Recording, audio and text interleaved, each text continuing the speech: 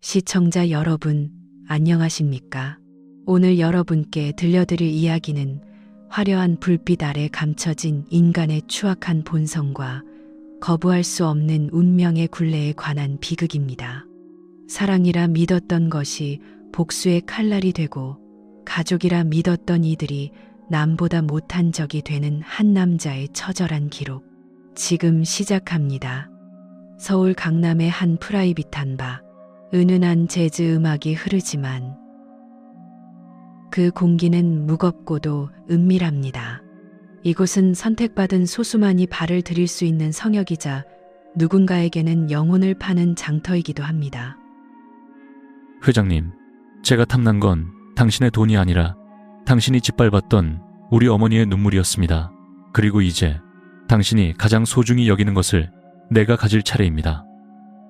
성진은 거울 속에 비친 자신의 모습을 물끄러미 바라봅니다. 단정한 수트 차림에 흐트러짐 없는 머리카락. 하지만 눈동자 속에는 차가운 얼음이 박혀 있습니다. 그는 오늘 밤 자신의 인생을 송두리째 바꿀 위험한 게임을 시작하려 합니다. 성진은 가난한 집안에서 태어나 홀어머니를 모시며 모델 일을 해왔지만 화려한 런웨이 뒤에 숨겨진 현실은 늘 배고픔과 빚독촉뿐이었습니다. 그러던 그에게 독이 든 성배와도 같은 제안이 들어온 것입니다. 바 한쪽 구석, 화려한 보석으로 치장한 한 젊은 여성이 거만하게 앉아 있습니다. 박 회장의 외동딸 지수입니다.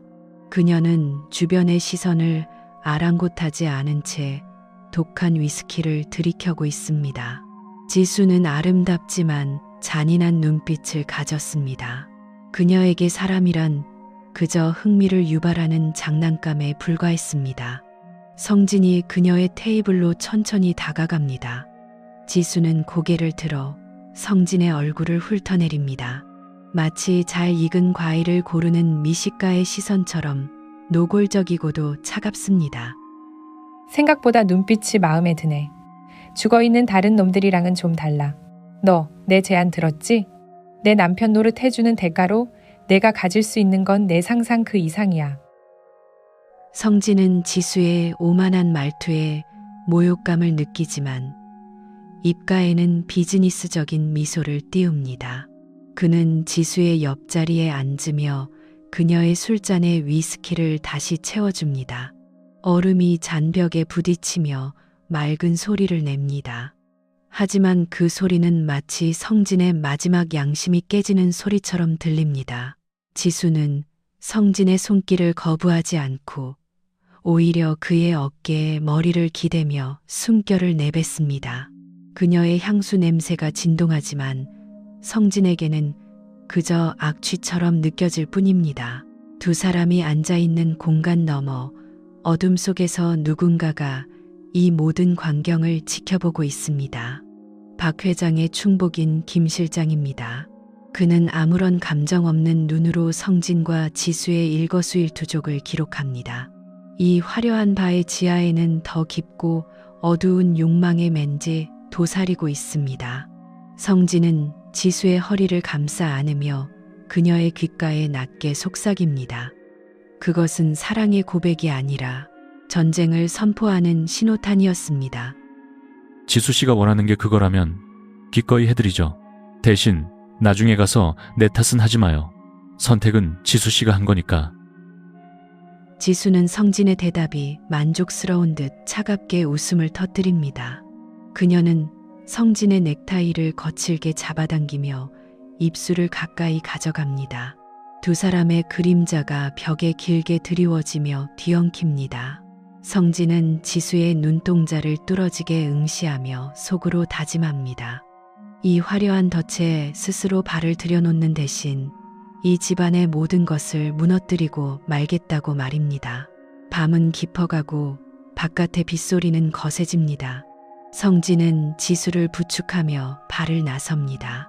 화려한 네온 사인이 빗물에 젖어 도로 위에 번집니다.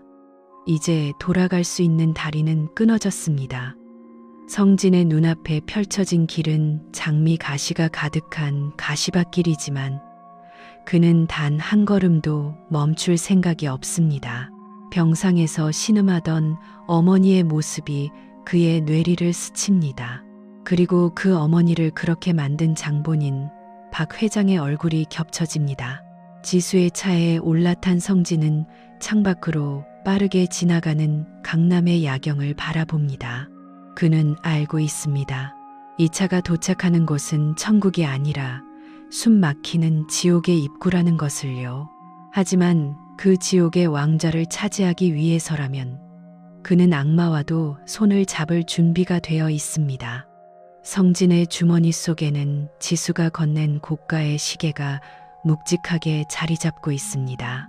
그것은 노예의 표식이자 복수자의 열쇠입니다. 한편 박 회장의 대저택, 성진이 앞으로 마주하게 될 운명의 여인 혜란이 정원을 바라보고 있습니다. 그녀의 눈에는 깊은 고독과 슬픔이 서려 있습니다. 혜란은 자신의 딸 지수가 어떤 위험한 남자를 집안으로 끌어들이려 하는지 아직 알지 못합니다. 거대한 저택의 시계가 자정을 알리는 종소리를 울립니다. 비극의 서막은 이미 올랐고 이제 아무도 이 폭주하는 기차를 멈출 수 없습니다. 성진은 지수의 고급 세단을 타고 도심의 화려한 불빛을 가로질러 거대한 저택 앞에 멈춰 섭니다. 서울 근교의 숲으로 둘러싸인 이 저택은 마치 중세의 성체처럼 높고 견고한 담벼락에 둘러싸여 있습니다. 철제 대문이 묵직한 소리를 내며 열리고 차는 정교하게 가꿔진 정원 한복판으로 미끄러져 들어갑니다. 성진은 차창 밖으로 보이는 압도적인 풍경에 잠시 숨을 고릅니다. 이곳이 바로 박 회장의 왕국이자 자신의 어머니를 버린 남자가 쌓아올린 탐욕의 결정체입니다. 겁먹지 마. 아빠가 좀 무섭게 굴겠지만 내가 시키는 대로만 하면 돼. 넌 그냥 내 옆에서 근사한 액세서리 노름만 하면 된다고. 지수는 차에서 내리며 성진의 팔짱을 거칠게 낍니다. 그녀의 손길에는 애정보다 소유욕이 가득합니다. 성진은 차가운 금속 같은 그녀의 손목시계가 자신의 살결에 닿는 감촉을 느끼며 묵묵히 저택 안으로 발을 들입니다.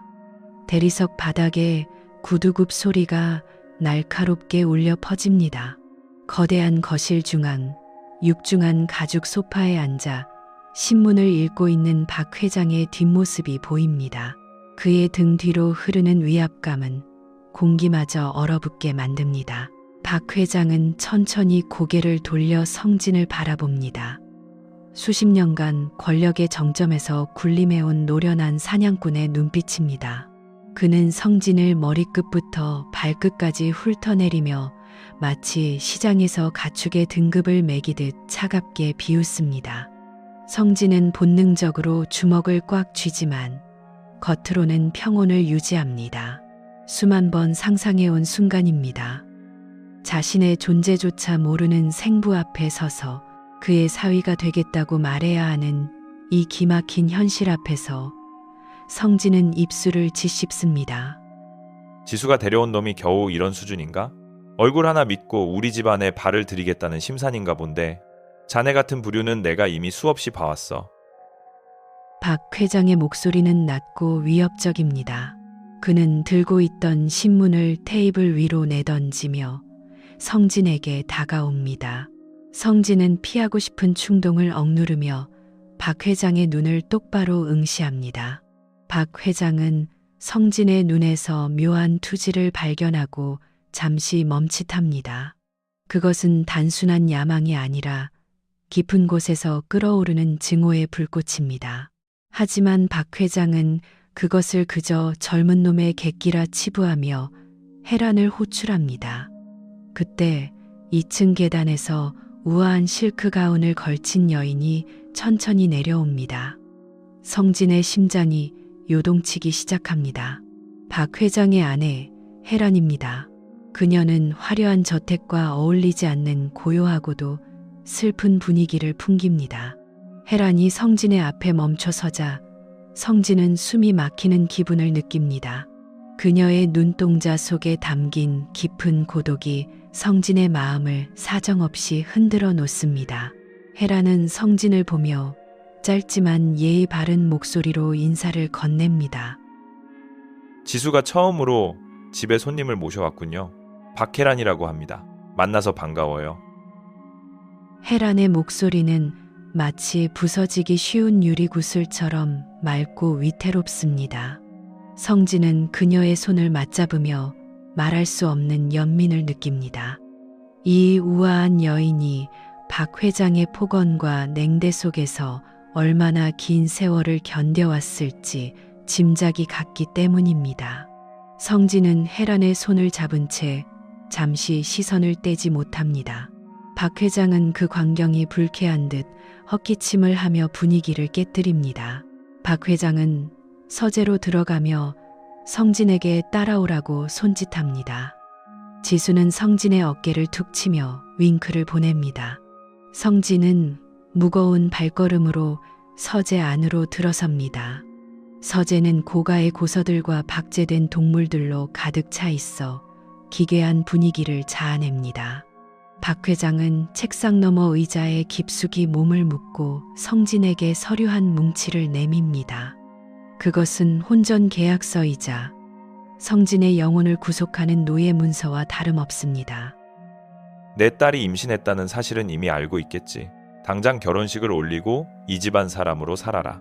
대신 자네에게는 아무런 권리도 없다. 내가 시키는 대로만 움직이는 개가 되는 거야. 박 회장의 제안은 노골적이고 치욕적입니다. 성진은 서류를 훑어보며 가슴 밑바닥에서 뜨거운 무언가가 치밀어 오르는 것을 느낍니다. 임신이라는 거짓말까지 동원해 자신을 참으려는 지수와 그런 딸의 사고를 돈으로 수습하려는 박 회장의 행태가 역겹기만 합니다. 하지만 성진은 서류 끝에 놓인 만년필을 집어듭니다. 이것만이 이 저택에 합법적으로 머물며 박 회장의 목줄을 맨 수 있는 유일한 방법임을 알기 때문입니다.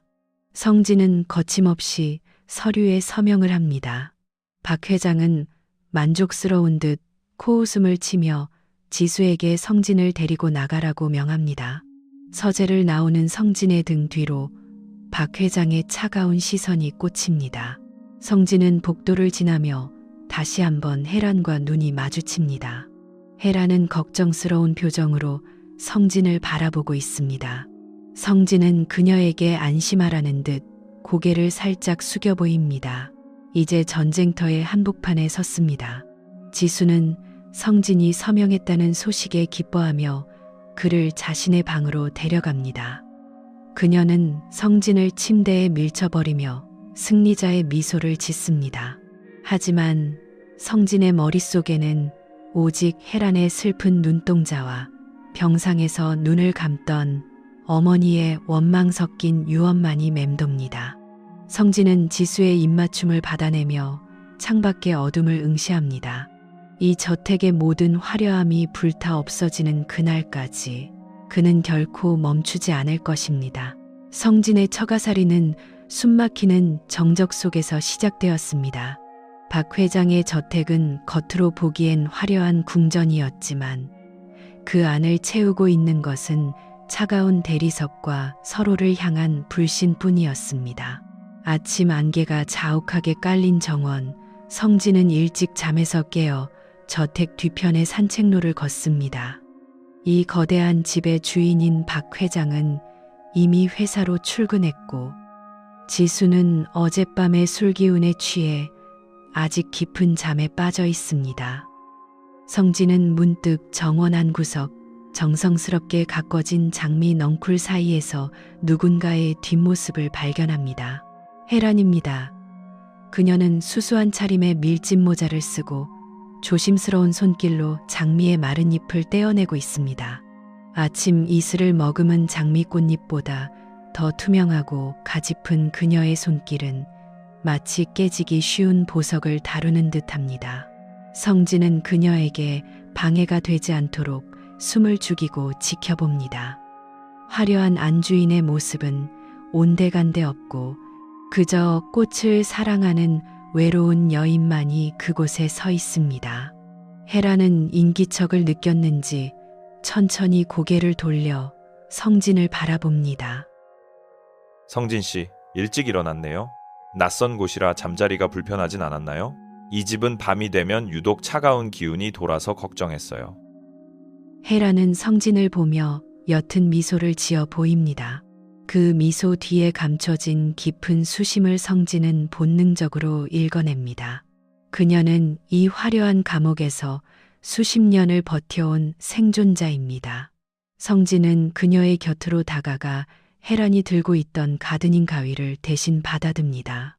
헤란은 잠시 당황한 듯 했지만 이내 성진의 배려에 고마움을 표하며 곁을 내어줍니다. 두 사람 사이에는 말로 표현할 수 없는 기묘한 동질감이 흐릅니다. 성진은 장미줄기에 날카로운 가시를 바라보며 헤란의 삶을 떠올립니다.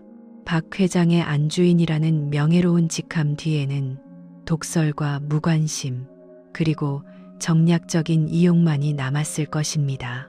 성진은 헤란의 눈동자를 뚫어지게 바라보며 묻고 싶은 말이 많았지만 끝내 입술을 다뭅니다. 대신 그는 장미의 가시를 조심스럽게 피하며 가지를 정리합니다. 헤란은 성진의 섬세한 손길을 지켜보다가 혼잣말처럼 나지막이 읊조립니다. 꽃들은 정직해요. 사랑을 주는 만큼 피어나고 가시로 자신을 보호하죠. 하지만 사람은 가시를 안으로 숨기고 살아야 하니까 그게 참 아픈 법이에요. 헤란의 말은 성진의 가슴에 날카롭게 박힙니다. 성진 역시 복수라는 가시를 안으로 숨긴 채 이 집에 들어왔기 때문입니다. 그는 헤란이 느끼는 그 지독한 고독의 무게를 조금은 알 것 같습니다. 성진은 장미 한 송이를 꺾어 헤란에게 건넵니다. 헤란은 꽃을 건네받으며 잠시 멈칫합니다. 오랫동안 잊고 지냈던 누군가의 따뜻한 관심이 그녀의 메마른 감정을 일깨웁니다. 헤란의 손가락이 떨리는 것을 성진은 놓치지 않습니다. 그때 저택 입구에서 들려오는 날카로운 구두 소리가 정원의 정적을 깹니다. 외출 준비를 마친 지수가 심통이 난 표정으로 두 사람을 향해 다가오고 있습니다. 그녀는 헤란과 성진이 다정하게 서 있는 모습이 못마땅한 듯 헤란의 손에 들린 장미를 가로채 바닥으로 내팽개칩니다. 꽃잎이 흙바닥 위로 흩어지며 처참하게 짓밟힙니다. 지수의 아나무인 격인 태도에 헤란은 고개를 떨구고 성진은 눈빛을 차갑게 굳힙니다. 엄마, 아침부터 왜 이런 놈이랑 붙어 있어? 격떨어지게 정원 일이나 하고 있고 말이야. 성진 너, 내 가방 챙겨서 나와. 당장 백화점 가야 하니까. 지수는 명령하듯 성진의 팔을 잡아당깁니다. 성진은 바닥에 떨어진 장미와 헤란의 슬픈 얼굴을 번갈아 바라봅니다. 헤란은 아무런 대꾸도 하지 못한 채 가만히 서 있을 뿐입니다. 그녀는 딸인 지수에게조차 무시당하는 처지였습니다. 성진은 지수의 손을 뿌리치고 싶었지만 지금은 때가 아님을 잘 압니다. 그는 헤란에게 목례를 하고 지수의 뒤를 따릅니다. 헤란은 멀어지는 성진의 뒷모습을 보며 알 수 없는 불안감과 기대를 동시에 느낍니다. 백화점으로 향하는 차 안에서 지수는 연신 짜증을 내며 쇼핑 목록을 읊어댑니다. 하지만 성진의 머릿속에는 오직 헤란의 그 공허한 눈동자만이 가득합니다. 그는 이 얼음 궁전의 안주인이 겪고 있는 고통이 자신의 복수를 완성하는데 중요한 열쇠가 될 것임을 직감합니다. 성진은 창밖을 응시하며 결심합니다. 헤란의 고독을 이용해서라도 이 집안의 가장 아픈 곳을 찌르겠노라고. 그것이 자신의 어머니를 위한 길이라고 말입니다. 하루 일과를 마치고 돌아온 밤, 저택은 다시 차가운 침묵에 잠깁니다.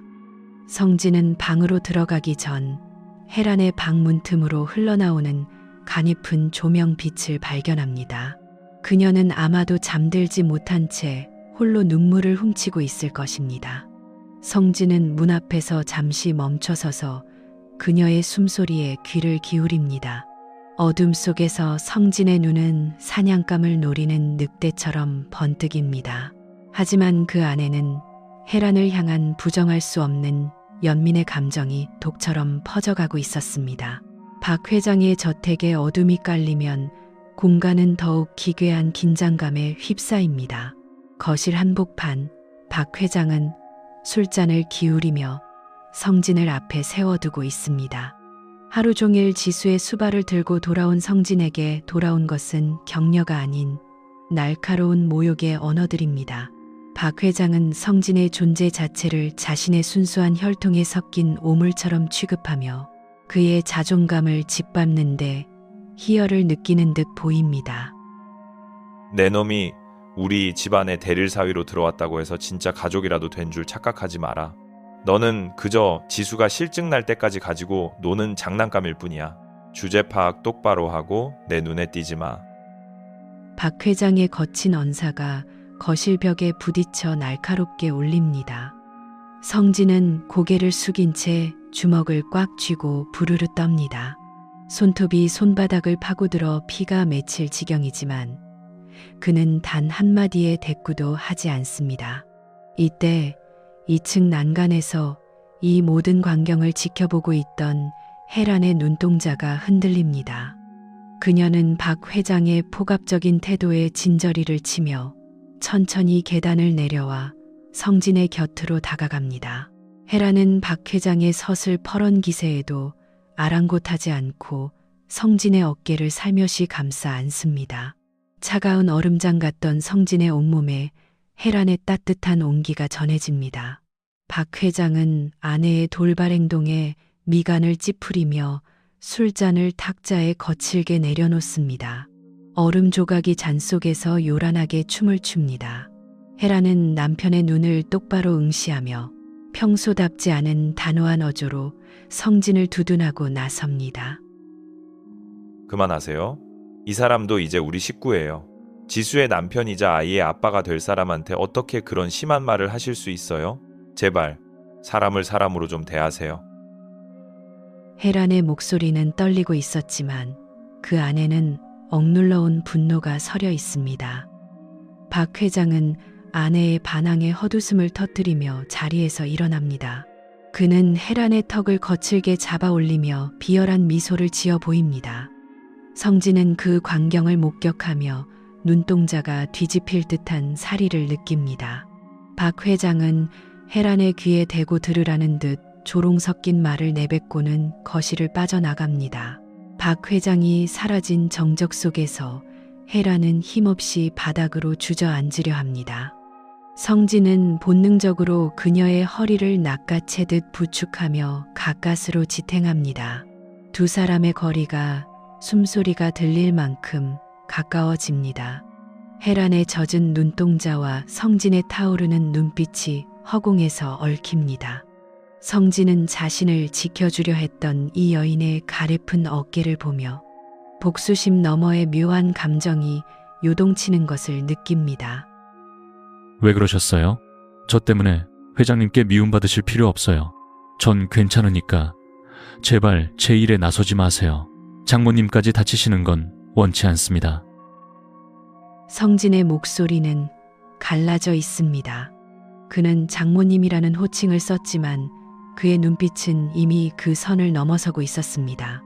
혜란은 성진의 품 안에서 떨리는 숨을 내뱉으며 고개를 젓습니다. 그녀는 성진의 가슴팍에 살며시 손을 얹고 마치 길을 잃은 아이를 바라보듯 애처로운 시선을 보냅니다. 두 사람 사이에 흐르는 공기는 이제 단순한 동정이나 연민을 넘어 위험한 불꽃을 품기 시작했습니다. 혜란은 성진의 뺨에 묻은 보이지 않는 상처를 어루만지듯 손을 뻗으려다 멈칫합니다. 그녀는 자신의 행동이 무엇을 의미하는지 잘 알고 있습니다. 이 저택의 안주인으로서 절대 해서는 안 될 상상, 그리고 가져서는 안 될 마음입니다. 하지만 성진의 강인한 팔에 안겨있는 이 순간만큼은 수십 년간 닫혀있던 그녀의 마음의 빗장이 조금씩 열리는 것을 막을 수 없습니다. 성진은 혜란의 흔들리는 눈빛을 놓치지 않고 더욱 깊게 그녀를 응시합니다. 그의 머릿속에는 박 회장을 향한 복수의 칼날과 혜란을 향한 금기된 욕망이 뒤엉켜 소용돌이칩니다. 박 회장이 가장 아끼는 안주인의 마음을 빼앗는 것, 그것이야말로 진정한 파멸의 시작이 될 것이라는 검은 유혹이 성진의 귓가에 속삭입니다.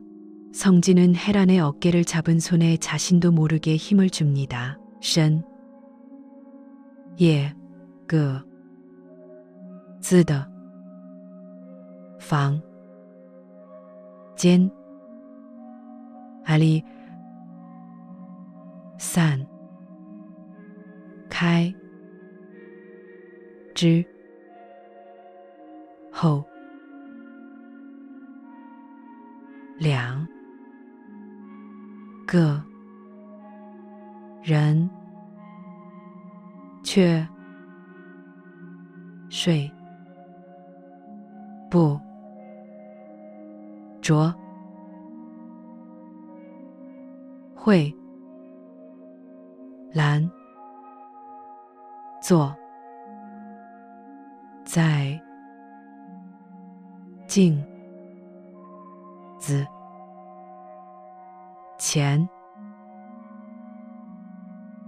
抚摸照常震曾触碰过的肩膀、脸颊、银莫名的热度而泛红，常震则在黑暗中吐出烟圈，仰头望着二楼慧兰的房间窗户，两人面对着，不应跨越的界限，心跳的声音，敲打着海词静宅地的夜晚， 이제 비극의 톱니바퀴는 돌이킬 수 없는 방향으로 회전하기 시작했습니다. 성진과 혜란 사이에 흐르던 기묘한 기류는 다음 날 아침 거실을 가득 채운 지수의 날카로운 웃음소리에 산산조각이 납니다. 지수는 성진의 마음이 어디로 향하고 있는지 전혀 눈치채지 못한 채 마치 승리자라도 된 양 화려한 명품백을 휘두르며 집안을 휘젓고 다닙니다. 하지만 성진은 알고 있습니다. 지수의 저 당당함 뒤에 숨겨진 추악한 그림자를 말입니다. 그녀가 말하는 아이의 존재만큼이나 불투명한 그녀의 사생활이 성진의 레이더망에 포착된 것은 우연이 아니었습니다. 성진아, 나 오늘 친구들 좀 만나고 올게. 아빠한테는 백화점 간다고 대충 둘러대줘. 알지? 넌 내 입만 잘 막으면 용돈 두둑이 챙겨줄 테니까 말이야. 지수는 성진의 뺨바닥을 툭툭 치며 조롱하듯 미소 짓습니다. 그녀는 성진을 남편이 아닌 자신의 일탈을 도와줄 공범쯤으로 여기고 있습니다. 성진은 역겨움을 참으며 고개를 끄덕입니다. 지수가 화려한 스포츠카를 몰고 저택을 빠져나가자 성진은 미리 준비해둔 택시를 잡아 그녀의 뒤를 쫓기 시작합니다. 도심 한복판 외진 곳에 위치한 프라이빗 클럽 앞에 지수의 차가 멈춰 섭니다. 성진은 모자를 눌러쓰고 클럽 안으로 잠입합니다. 어두운 조명과 자극적인 음악이 흐르는 그곳, 지수는 이미 한 젊은 남자의 품에 안겨 낄낄거리고 있습니다. 성진의 친구이자 지수의 내연남인 민호입니다. 두 사람은 주변의 시선은 아랑곳하지 않은 채 노골적인 스킨십을 나누고 있습니다. 지수는 박 회장 앞에서의 오만함은 온데간데 없이 민호의 품에서 교태를 부리며 박 회장의 돈을 어떻게 빼돌릴지 모의하고 있습니다. 민호야, 조금만 참아. 저 멍청한 성진이 놈이 아빠 비위만 잘 맞춰주면 유산은 다 내 차지야. 그때까지만 내 남편인 척 연기하게 내버려 두자고. 지수의 입에서 흘러나오는 충격적인 진실에 성진은 실수합니다. 자신을 도구로 이용하려 했던 지수의 계획이 이미 바닥을 드러낸 셈입니다. 성진은 휴대폰을 꺼내 두 사람의 미래 장면을 조용히 영상으로 담습니다. 증거가 쌓여갈수록 성진의 눈빛은 더욱 차갑게 빛납니다. 지수의 저 오만한 미소가 절망으로 바뀌는 순간을 상상하며 성진은 클럽의 어둠 속으로 몸을 숨깁니다. 집으로 돌아온 성진은 아무 일도 없었다는 듯 서재에서 책을 읽고 있습니다. 잠시 후 술에 취해 비틀거리며 들어온 지수는 성진에게 다가와 억지로 입을 맞추려 합니다. 성진은 그녀의 몸에서 풍기는 낯선 남자의 향수 냄새에 구역질이 올라오지만 짐짓 다정한 척 그녀를 받아줍니다. 지수는 성진의 품에서 잠이 들며 사랑해 성진아라고 거짓을 속삭입니다. 그 위선적인 목소리가 성진의 귓가에 독처럼 고입니다. 성진은 잠든 지수를 바라보며 어둠 속에서 차갑게 중얼거립니다. 그녀가 품고 있는 아이가 누구의 아이인지, 그녀가 믿고 있는 그 탄탄한 성벽이 얼마나 부실한 모래성인지 곧 알게 될 것이라고 말입니다. 성진은 거실로 나와 2층 혜란의 방 쪽을 올려다봅니다. 혜란은 창가에 서서 지수의 차가 들어오는 소리를 들으며 한숨을 내쉬고 있습니다. 성진은 혜란의 그 고독한 그림자를 보며 묘한 승리감을 느낍니다. 지수 씨, 당신이 파놓은 함정에 결국 당신이 빠지게 될 거야. 그리고 당신이 가장 무시했던 그 엄마라는 사람을 내가 어떻게 가질지 지켜봐. 성진의 다짐은 어둠 속에서 더욱 견고해집니다. 지수의 이중 생활은 성진에게 복수의 정당성을 부여해 주었습니다. 이제 성진은 더 이상 죄책감을 가질 필요가 없습니다. 박 회장의 집안은 이미 내부에서부터 썩어 들어가고 있었고 성진은 그저 그 썩은 부위를 도려낼 칼날이 되어주면 그만입니다. 성진은 밤새 잠을 이루지 못한 채 자신이 찍은 영상을 돌려보며 다음 계획을 설계합니다. 다음 날 아침 식탁에 마주 앉은 박 회장과 지수 그리고 혜란. 지수는 아무 일도 없었다는 듯 혜란에게 짜증을 부리며 아침 식사를 타박합니다. 박 회장은 그런 지수를 애처로운 눈빛으로 바라보며 성진에게만 날을 세웁니다. 성진은 그 우스꽝스러운 연극을 지켜보며 혜란의 잔에 따뜻한 차를 따라줍니다.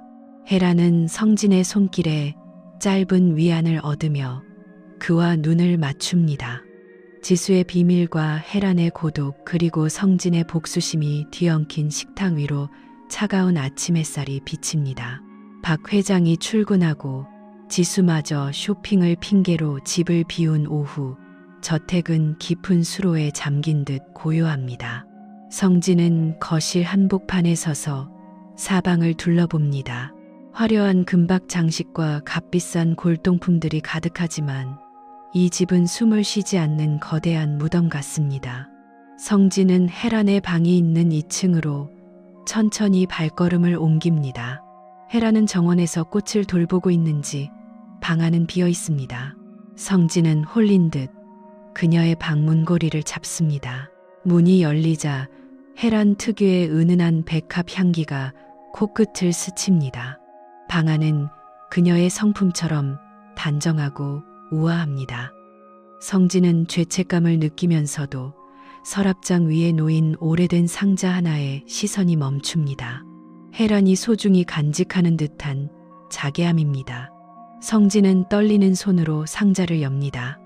그 안에는 말린 꽃잎 몇 장과 낡은 사진 한 장이 들어 있습니다. 사진을 꺼내든 성진의 눈동자가 경련하듯 떨리기 시작합니다. 흑백에 가까울 정도로 빛이 바랜 사진 속에는 젊은 시절의 박 회장과 그 옆에서 수줍게 웃고 있는 한 여인이 있습니다. 성진은 숨이 한문 것 같습니다. 사진 속 여인은 바로 성진이 기억하는 젊은 시절의 어머니 숙자입니다. 두 사람은 다정하게 어깨를 맞대고 있으며 사진 뒷면에는 투박한 글씨로 1997년 봄 우리만의 약속이라고 적혀 있습니다. 성진의 머릿속이 하얗게 전멸합니다. 이게 왜 당신 방에 있는 거야? 우리 엄마를 버린 그 인간이랑 엄마가 왜... 성진은 사진을 꽉 쥐어 구깁니다. 박 회장이 어머니를 배신했다는 사실은 알고 있었지만 혜란이 그 과거의 증거를 간직하고 있었다는 사실은 충격적입니다. 어머니는 평생 이 남자를 원망하며 가난 속에서 병들어 갔는데 박 회장은 이 거대한 성에서 군림하고 있었습니다. 성진은 분노로 몸을 떨며 사진을 다시 제자리에 놓으려 합니다. 그때 등 뒤에서 낮은 신음 섞인 목소리가 들려옵니다. 성진 씨, 거기서 뭐 하는 거예요?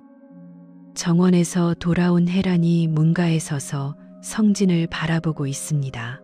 그녀의 손에는 흙이 묻은 목장갑이 들려 있고 눈동자는 당혹감으로 가득 차 있습니다.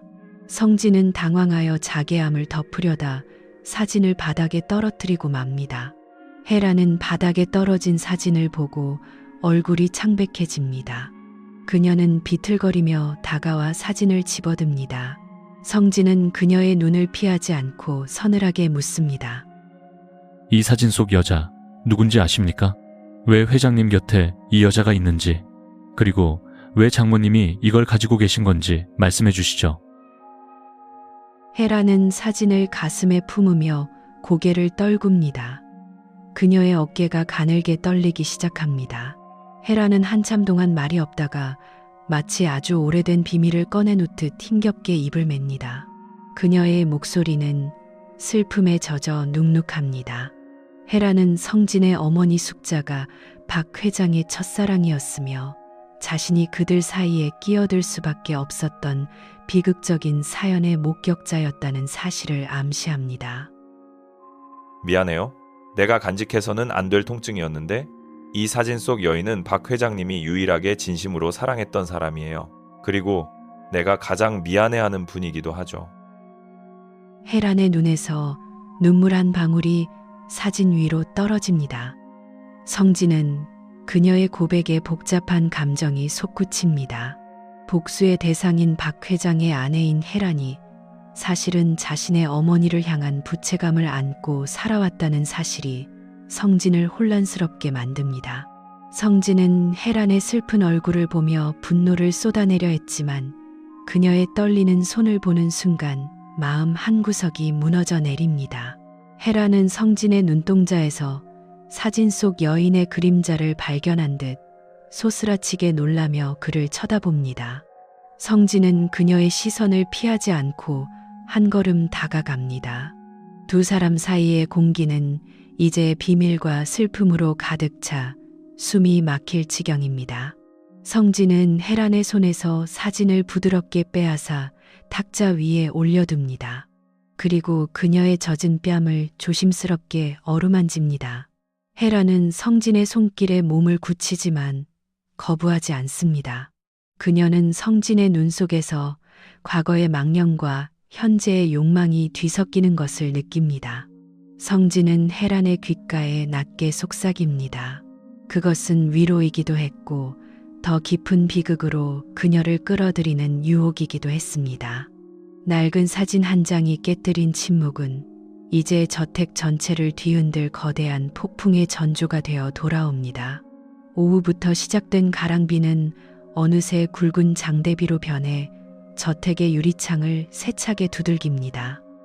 회색빛 하늘이 낮게 내려앉은 정원은 평소보다 더 을씨년스러운 분위기를 자아냅니다.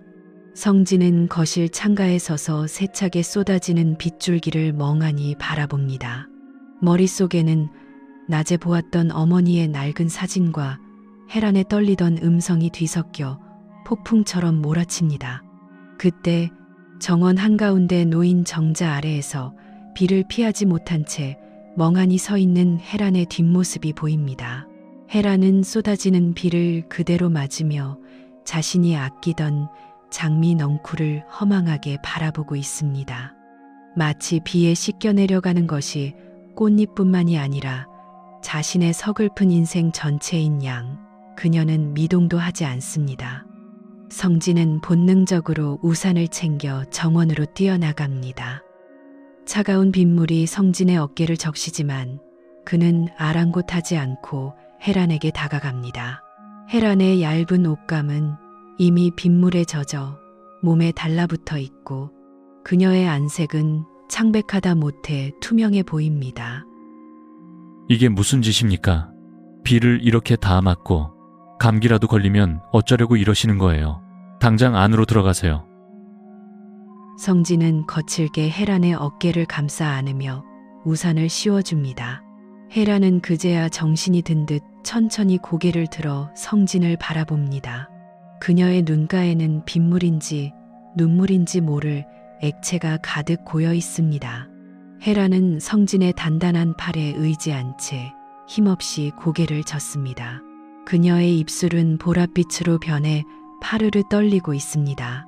성진은 가슴 한구석이 저릿해오는 통증을 느끼며 그녀를 더욱 세게 끌어당깁니다. 성진 씨, 가끔은 이 비가 나를 통째로 쓸어가 버렸으면 좋겠다고 생각해요. 그럼 이 지독한 부채감도 숨 막히는 고독도 다 사라질 텐데 나는 왜 아직도 여기서 이러고 있을까요? 헤란의 절망 섞인 고백에 성진은 할 말을 잃습니다. 복수를 위해 이용하려 했던 이 여인의 슬픔이 예상보다 훨씬 깊고 날카로웠기 때문입니다. 성진은 빗소리에 묻히지 않도록 그녀의 귀에 대고 나지막하지만 강한 어조로 말합니다. 그는 헤란의 젖은 머리카락을 조심스럽게 쓸어 넘기며 그녀의 눈동자를 뚫어지게 응시합니다. 두 사람을 때리는 빗소리는 이제 세상의 모든 소음을 지워버리고 오직 두 사람만의 심장 소리만을 남깁니다. 그런 말씀 마세요. 제가 있잖아요. 적어도 이 집에서 장모님 편은 저 하나뿐이라는 거 잊으셨어요? 이제 혼자 아파하지 마세요. 제가 지켜드릴게요. 지켜주겠다는 말은 성진의 입 밖으로 나가는 순간 단순한 위로를 넘어선 서약이 됩니다. 헤라는 성진의 품 안에서 참아왔던 울음을 터뜨립니다. 차가운 빗물 속에서 두 사람의 체온이 섞이며 묘한 열기가 피어오릅니다. 성진은 헤란의 등을 가만히 토닥이며 그녀의 슬픔을 온몸으로 받아냅니다. 헤라는 성진의 넓은 가슴에 얼굴을 묻고 수십 년 만에 처음으로 느껴보는 타인의 온기에 몸을 맡깁니다. 빗줄기는 더욱 거세지고 정원의 꽃들은 비바람에 꺾여 바닥을 뒹굽니다. 하지만 우산 아래 두 사람의 공간만큼은 시간이 멈춘 듯 고요합니다. 성진은 헤란을 부축해 천천히 저택 안으로 들어옵니다. 현관 조명 아래 비친 헤란의 젖은 모습은 보호 본능을 자극할 만큼 가냘픕니다. 성진은 수건을 가져와 그녀의 머리를 정성스럽게 닦아줍니다. 헤란은 성진의 다정한 손길에 몽롱한 기분을 느끼며 그를 빤히 쳐다봅니다. 헤란의 시선이 성진의 입술에 머물고 성진 역시 그녀의 젖은 입술에서 시선을 떼지 못합니다. 선을 넘기 직전의 아슬아슬한 긴장감이 두 사람 사이를 가득 채웁니다. 복수라는 명분 뒤에 숨겨두었던 성진의 욕망이 빗물처럼 차오르고 헤란 역시 도덕이라는 굴레를 잠시 내려놓고 싶은 유혹에 휩싸입니다. 하지만 그때 위층에서 지수의 방문이 열리는 소리가 들려옵니다. 두 사람은 소스라치게 놀라며 거리를 둡니다. 헤라는 서둘러 자신의 방으로 향하고 성진은 거실 한복판에 서서 가쁜 숨을 몰아쉽니다. 젖은 옷에서 떨어진 빗방울이 대리석 바닥에 점점이 박힙니다. 성진은 자신의 손바닥에 남은 헤란의 온기를 움켜쥐며 어둠 속을 응시합니다. 오늘 밤의 비는 두 사람의 마음속에 지워지지 않을 커다란 얼룩을 남겼습니다. 비는 그칠 기미 없이 밤새도록 저택을 적십니다. 비가 그친 뒤의 저택은 한층 더 서늘한 정적에 휩싸였습니다. 정원에 젖은 흙내음이 거실까지 스며들었지만 그 평화로움은 오래가지 않았습니다. 박 회장이 평소보다 일찍 귀가했기 때문입니다. 그의 눈은 사냥개처럼 예리하게 집안 구석구석을 훑었습니다. 어제 정원에서 성진과 헤란이 비를 맞으며 함께 있었던 일을 누군가 보고한 것일까요? 박 회장의 미간에는 깊은 골이 패여 있었습니다. 거실 장식장 앞 박 회장은 자신이 아끼던 고려청자 화병을 만지작거리며 성진을 불러 세웠습니다. 성진은 직감적으로 폭풍이 다가오고 있음을 느꼈습니다. 박 회장의 손등에는 분노로 인한 푸른 힘줄이 돋아나 있었습니다. 그는 화병을 쓰다듬는 척하다가 갑자기 성진의 얼굴을 향해 차가운 시선을 쏘아붙였습니다. 내 놈이 감히 내 집에서 내 아내와 무슨 수작을 부리는 거냐? 비를 맞으며 정원에서 입을 맞추기라도 한 거야? 천한 핏줄은 속일 수가 없군. 박 회장의 폭언이 공기를 가릅니다. 성진은 입술을 꽉 깨물며 감정을 억눌렀습니다. 하지만 박 회장은 성진의 침묵을 비웃기라도 하듯 손에 들고 있던 화병을 바닥으로 내팽개쳤습니다. 쨍그랑하는 비명 같은 소리와 함께 수억 원을 호가하는 도자기가 산산조각이 났습니다. 날카로운 파편 하나가 성진의 뺨을 스치고 지나가며 붉은 선을 그었습니다. 선명한 핏방울이 대리석 바닥에 툭 하고 떨어졌습니다. 소란을 듣고 달려온 헤란이 그 광경을 목격하고 비명을 삼켰습니다. 그녀는 겁에 질린 눈으로 부서진 도자기와 성진의 뺨에 흐르는 피를 번갈아 바라보았습니다. 박 회장은 헤란의 등장을 기다렸다는 듯 그녀의 손목을 거칠게 낚아채 성진 앞으로 끌어다 놓았습니다. 헤란은 고통에 신음하며 박 회장의 손을 뿌리치려 했지만 역부족이었습니다. 제발 그만하세요. 성진 씨는 아무 잘못 없어요. 제가 비가 와서 정신이 없었던 것뿐이에요. 사람을 이렇게 짐승처럼 대하지 마세요. 헤란의 애원에도 박 회장의 광기는 멈추지 않았습니다. 그는 헤란의 뺨을 매몰차게 내리쳤고 헤란은 바닥에 흩어진 도자기 파편 위로 쓰러졌습니다. 성진의 눈동자가 순식간에 붉게 충혈되었습니다. 자신의 어머니를 짓밟았던 이 남자가 이제 자신이 연민하는 여인까지 파괴하려 하고 있습니다. 성진은 무릎을 꿇고 파편을 줍는 척하며 박 회장의 발등 위에 떨어진 자신의 핏방울을 노려보았습니다. 회장님, 화가 풀리실 때까지 저를 때리셔도 좋습니다. 하지만 장모님께 손을 대시는 건 참기 힘드네요. 제가 이 집에 개라고 하셨죠. 개도 주인 옆에 꽃이 꺾이면 짖는 법입니다. 성진의 낮은 목소리에는 살기가 서려 있었습니다. 박 회장은 움찔하며 뒷걸음질 쳤습니다.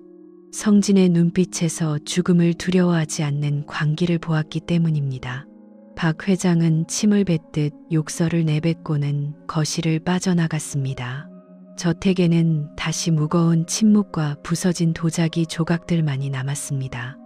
성진은 바닥에 쓰러진 혜란에게 다가가 그녀의 손에 박힌 작은 파편들을 하나하나 빼내기 시작했습니다. 혜란은 고통보다 더 큰 슬픔에 잠겨 성진의 품에서 흐느꼈습니다.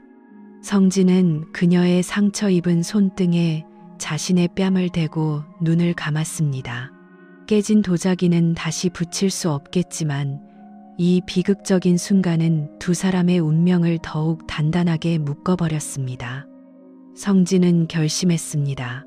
박 회장의 아끼는 그 화려한 명성도 재력도 결국 이 도자기처럼 산산조각 내어주겠노라고. 깊은 밤 성진은 거울을 보며 뺨의 상처를 닦아냈습니다. 상처는 금방 아물겠지만 가슴 속에 새겨진 복수의 낙인은 더욱 선명해졌습니다. 그는 박 회장의 서재 쪽을 바라보며 서늘하게 미소 지었습니다. 이제 참는 법은 있기로 했습니다. 깨진 조각들이 박 회장의 심장을 찌를 날이 머지 않았습니다. 저택의 긴장은 도자기 파편처럼 날카롭게 흩어져 있었지만 지수는 아무 일도 없었다는 듯 산부인과 검진 결과지를 거실 테이블 위에 툭 던져놓았습니다. 초음파 사진 속 점 하나가 이 집안의 후계자임을 증명하듯 박 회장은 그 종이를 보며 모처럼 호탕하게 웃음을 터뜨렸습니다. 하지만 성진은 그 웃음소리가 기괴한 소음처럼 들렸습니다. 지수가 민호와 클럽 밀실에서 나누던 은밀한 대화, 성진이 놈을 속여야 유산이 우리 차례가 된다던 그 목소리가 쟁반 위의 얼음처럼 차갑게 머릿속을 맴돌았기 때문입니다. 지수씨, 정말 축하해요. 우리 아이라니. 믿기지가 않네요. 회장님도 저렇게 기뻐하시니 제가 다 뿌듯합니다. 성진은 지수의 손을 잡으며 다정하게 미소 지었습니다. 하지만 그의 손끝은 서늘했습니다. 지수는 성진의 눈을 피하며 어색하게 웃어 보였고 박 회장은 성진의 어깨를 툭 치며 처음으로 흡족한 표정을 지었습니다. 성진은 이 가증스러운 연극의 관객이자 주인공이 되어 지수가 판 함정 속으로 스스로 걸어 들어가는 척했습니다.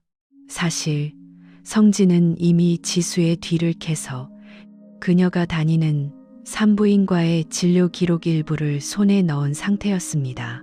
밤이 깊어지자 지수는 피곤하다며 일찍 방으로 들어갔습니다. 성진은 거실에 홀로 남은 혜란을 발견했습니다. 혜란은 초음파 사진을 멍하니 바라보고 있었습니다. 딸의 임신 소식에 기뻐해야 마땅할 어머니의 얼굴에는 환희 대신 깊은 수심과 의욕이 서려 있었습니다.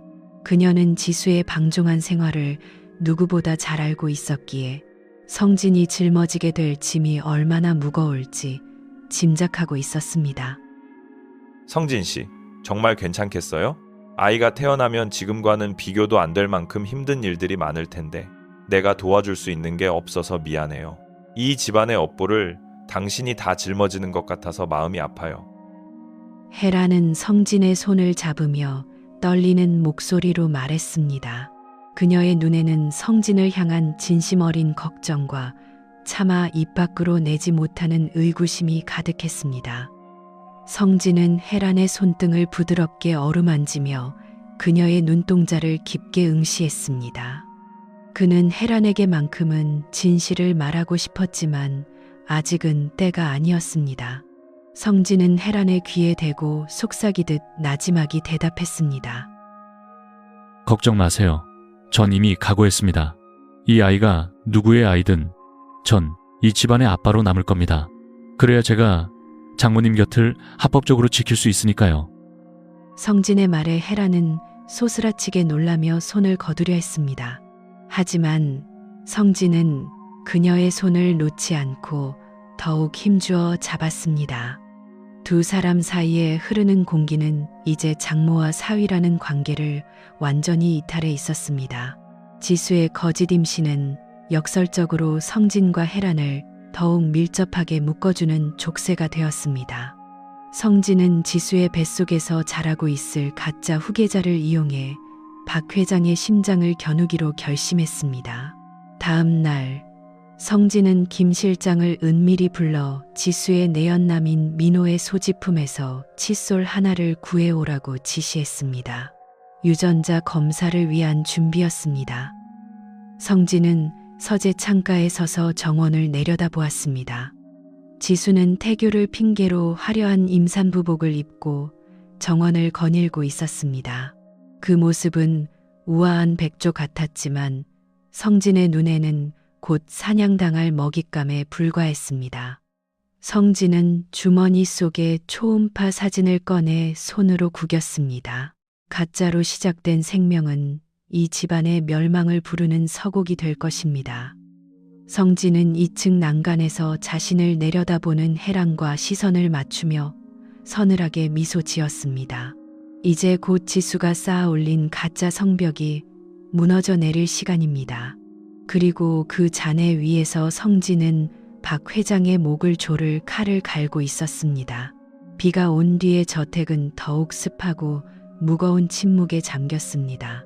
박 회장은 지수의 임신 축하 파티를 열겠다며 외부 인사들을 초청하느라 분주했고 지수는 주인공이라도 된 양거만한 태도로 하인들을 부렸습니다. 그 소란스러운 화려함 뒤편 성진은 어두운 복도 끝 헤란의 개인 온실에서 그녀를 발견했습니다. 헤란은 시든 꽃잎을 만지며 초점 없는 눈으로 허공을 응시하고 있었습니다. 성진이 다가오는 소리에도 그녀는 미동조차 하지 않았습니다. 이런 곳에 혼자 계시면 마음만 더 무거워지십니다. 박 회장님은 지금 세상에서 가장 행복한 할아버지가 된 기분이신 것 같던데 장모님은 왜 이렇게 슬퍼 보이시나요? 성진은 헤란의 곁으로 다가가 그녀의 손에서 시든 꽃잎을 가만히 가져갔습니다. 헤란은 그제야 깊은 한숨을 내쉬며 성진을 돌아보았습니다. 그녀의 눈가에는 눈물 자국이 선명했습니다. 헤란은 박 회장의 아내로 살아온 수십 년의 세월이 마치 거대한 모래성처럼 허무하게 느껴지는 듯 했습니다. 그녀는 성진의 따뜻한 손길에 마음의 빗장이 풀린 듯 오랫동안 가슴속에 묻어두었던 진실을 토해내기 시작했습니다. 성진 씨, 사람들은 내가 이 집의 안주인이라 부러워하겠지만 난 이 집의 장식품에 불과했어요. 박 회장은 나를 사랑해서 결혼한 게 아니에요. 그저 자신의 야망을 위해 그리고 자신이 유일하게 사랑했던 한 여인에게 복수하기 위해 나를 이용했을 뿐이죠. 헤란의 목소리는 파르르 떨리고 있었습니다. 그녀의 고백에 성진은 심장이 뱉는 듯한 충격을 느꼈습니다. 박 회장이 사랑했던 여인, 그것은 바로 성진의 어머니 숙자였습니다. 헤라는 박 회장이 숙자를 얼마나 잔인하게 배신했는지, 그리고 그 배신을 정당화하기 위해 헤란을 정략적인 도구로 선택했는지를 낱낱이 밝히며 오열했습니다. 그녀는 자신이 박 회장의 소유물로 전락해온 세월에 대해 깊은 혐오감을 드러냈습니다. 장모님, 아니, 혜란 씨, 당신이 겪은 그 고통 제가 다 알고 있습니다. 아니, 이제 제가 당신의 그 짐을 대신 짊어질게요. 당신은 더 이상 그 인간의 도구가 아닙니다. 당신은 당신 자체로 충분히 아름답고 소중한 사람이에요. 성진은 헤란의 떨리는 어깨를 강하게 끌어안았습니다. 헤란은 성진의 품 안에서 아이처럼 울음을 터뜨렸습니다. 그녀는 박 회장에게서 한 번도 느껴보지 못한 진정한 위로와 보호를 성진에게서 발견했습니다. 두 사람 사이의 공기는 이제 연민을 넘어선 짙은 애정으로 물들기 시작했습니다. 헤라는 성진의 품에서 고개를 들어 그의 눈을 빤히 바라보았습니다. 그녀의 눈빛에는 두려움과 갈망이 교차하고 있었습니다. 성진은 헤란의 젖은 뺨을 부드럽게 닦아주며 그녀의 입술로 천천히 다가갔습니다. 금기된 경계선이 눈앞에 있었지만 두 사람은 더 이상 물러설 곳이 없었습니다. 박 회장의 위선과 지수의 거짓이 가득한 이 저택에서 오직 두 사람만이 서로의 진실을 공유하고 있었습니다. 성진은 헤란의 귀에 대고 나지막이 다짐했습니다. 박 회장이 짓밟은 헤란의 인생과 자신의 어머니의 눈물을 반드시 되찾아 주겠노라고 말입니다. 온실 밖에서는 파티 준비를 하는 사람들의 웃음소리가 들려왔지만 온실 안의 두 사람에게는 그 어떤 소음도 들리지 않았습니다. 헤라는 성진의 목을 감싸 안으며 그에게 전적으로 의지했습니다. 수십 년간 얼어붙어 있던 그녀의 심장이 성진의 온기에 녹아내리고 있었습니다.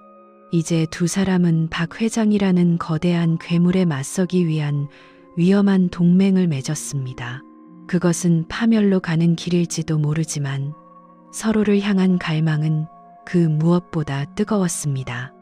온실 안의 공기는 밖에서 쏟아지는 차가운 빗소리와 대조적으로 뜨겁게 달아올랐습니다. 헤란의 고백은 성진의 가슴속에 박혀있던 복수심의 도화선에 불을 지폈고 그 불꽃은 이내 걷잡을 수 없는 갈망으로 번졌습니다. 성진은 헤란의 가냘픈 어깨를 감싸 안은 손에 힘을 주었습니다. 수십 년간 박 회장의 그늘 아래서 숨죽여 살던 여인의 향취가 성진의 이성을 마비시켰습니다. 더 이상 그 사람 때문에 울지 마세요. 당신의 눈물은 그 인간이 가질 자격이 없습니다. 지금 이 순간부터 당신을 가두고 있던 그 감옥의 열쇠는 제가 쥐고 있으니까요. 성진의 낮은 목소리가 헤란의 귓가를 울렸습니다. 헤란은 떨리는 눈으로 성진을 바라보았습니다. 사위라는 이름 뒤에 숨겨진 남자의 눈빛, 그리고 그 안에 담긴 노골적인 소유욕이 그녀의 심장을 세차게 두드렸습니다. 도덕과 윤리라는 견고한 성벽이 무너져 내리는 소리가 들리는 듯했습니다. 헤라는 성진의 가슴팍에 손을 얹으며 마치 마지막 구원줄을 잡듯 그의 수트 깃을 꽉 쥐었습니다. 이러면 안 된다는 거 알아요. 하지만 성진 씨, 난 너무 오랫동안 추웠어요. 이 거대한 집에서 나만 혼자 박제된 나비처럼 박 회장의 수집품으로 살았죠. 당신의 온기가 무서우면서도 놓치고 싶지 않아요. 헤란의 고백은 성진의 본능을 일깨웠습니다. 성진은 천천히 고개를 숙여 헤란의 젖은 입술을 삼켰습니다. 그것은 단순한 입맞춤이 아니었습니다. 박 회장을 향한 처절한 복수의 시작이자 금지된 낙원을 향한 첫 발걸음이었습니다. 헤라는 잠시 저항하는 듯했지만 이내 성진의 목을 감싸 안으며 깊은 수렁 속으로 함께 빠져들었습니다. 두 사람의 그림자가 온실 벽면의 푸른 식물들 사이로 길게 뒤엉켰습니다. 빗소리는 더욱 거세져 온실의 유리 천장을 부술듯 두드렸습니다. 성진은 헤란을 온실 구석의 낡은 소파로 이끌었습니다. 헤란의 우아한 실크 가운이 바닥으로 소리 없이 흘러내렸습니다. 성진은 그녀의 하얀 살결 위에 새겨진 고독의 흔적들을 하나하나 지워내듯 탐닉했습니다. 박 회장이 단 한 번도 진심으로 아끼지 않았던 그 아름다움이 이제 성진의 손길 아래서 새롭게 피어나고 있었습니다.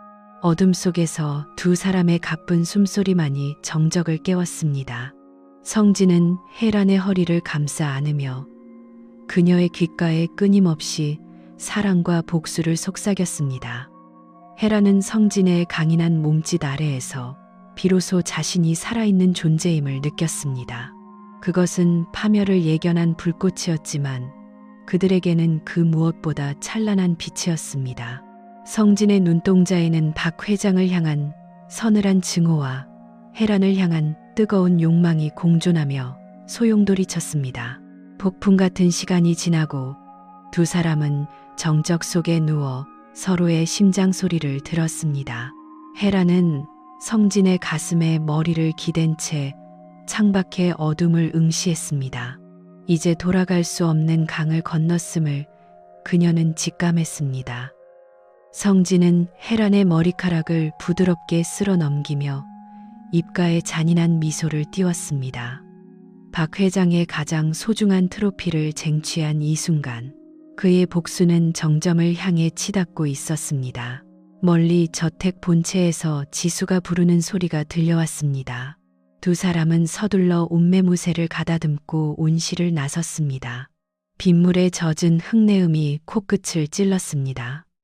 성진은 앞장서 걸어가는 헤란의 뒷모습을 보며 주머니 속에 휴대폰을 꽉 쥐었습니다. 그 안에는 박 회장의 몰락을 앞당길 또 다른 비밀들이 쌓여가고 있었습니다.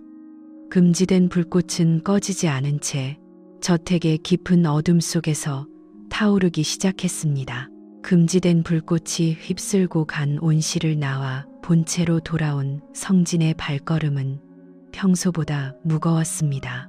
헤란과의 미래는 달콤했지만 그 뒤에 남은 공허함은 복수의 갈증을 더욱 부추겼습니다.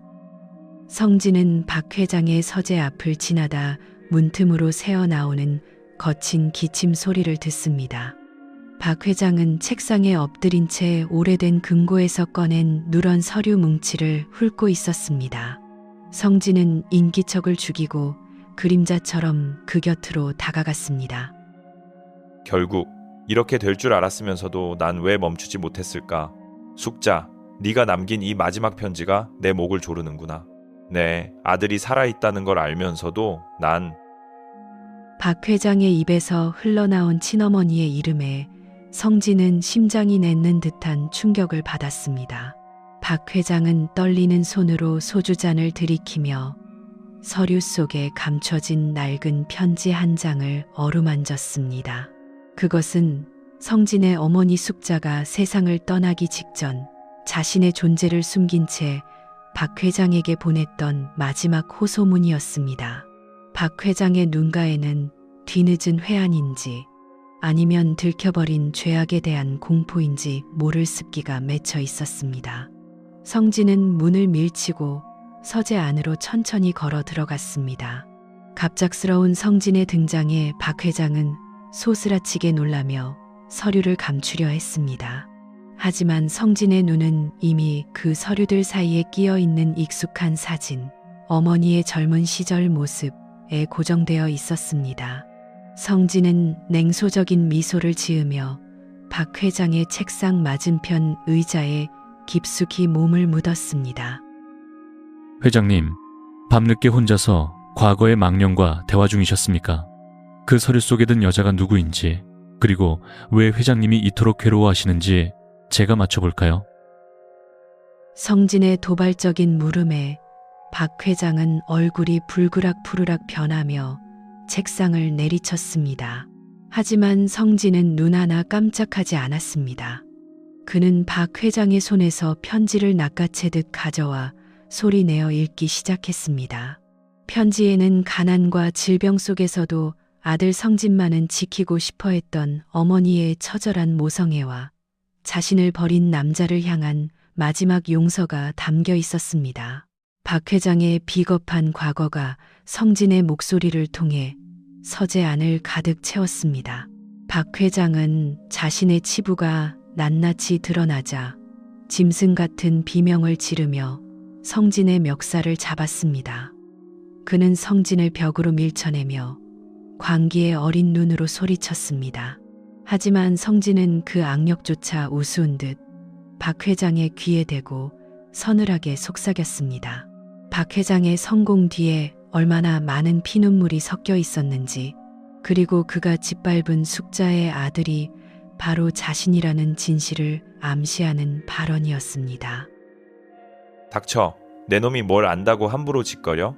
그 여자는 내 앞길을 막으려 했던 방해물이었을 뿐이야. 돈 몇 푼 쥐어주고 보냈으면 고마워해야지. 감히 누굴 원망해.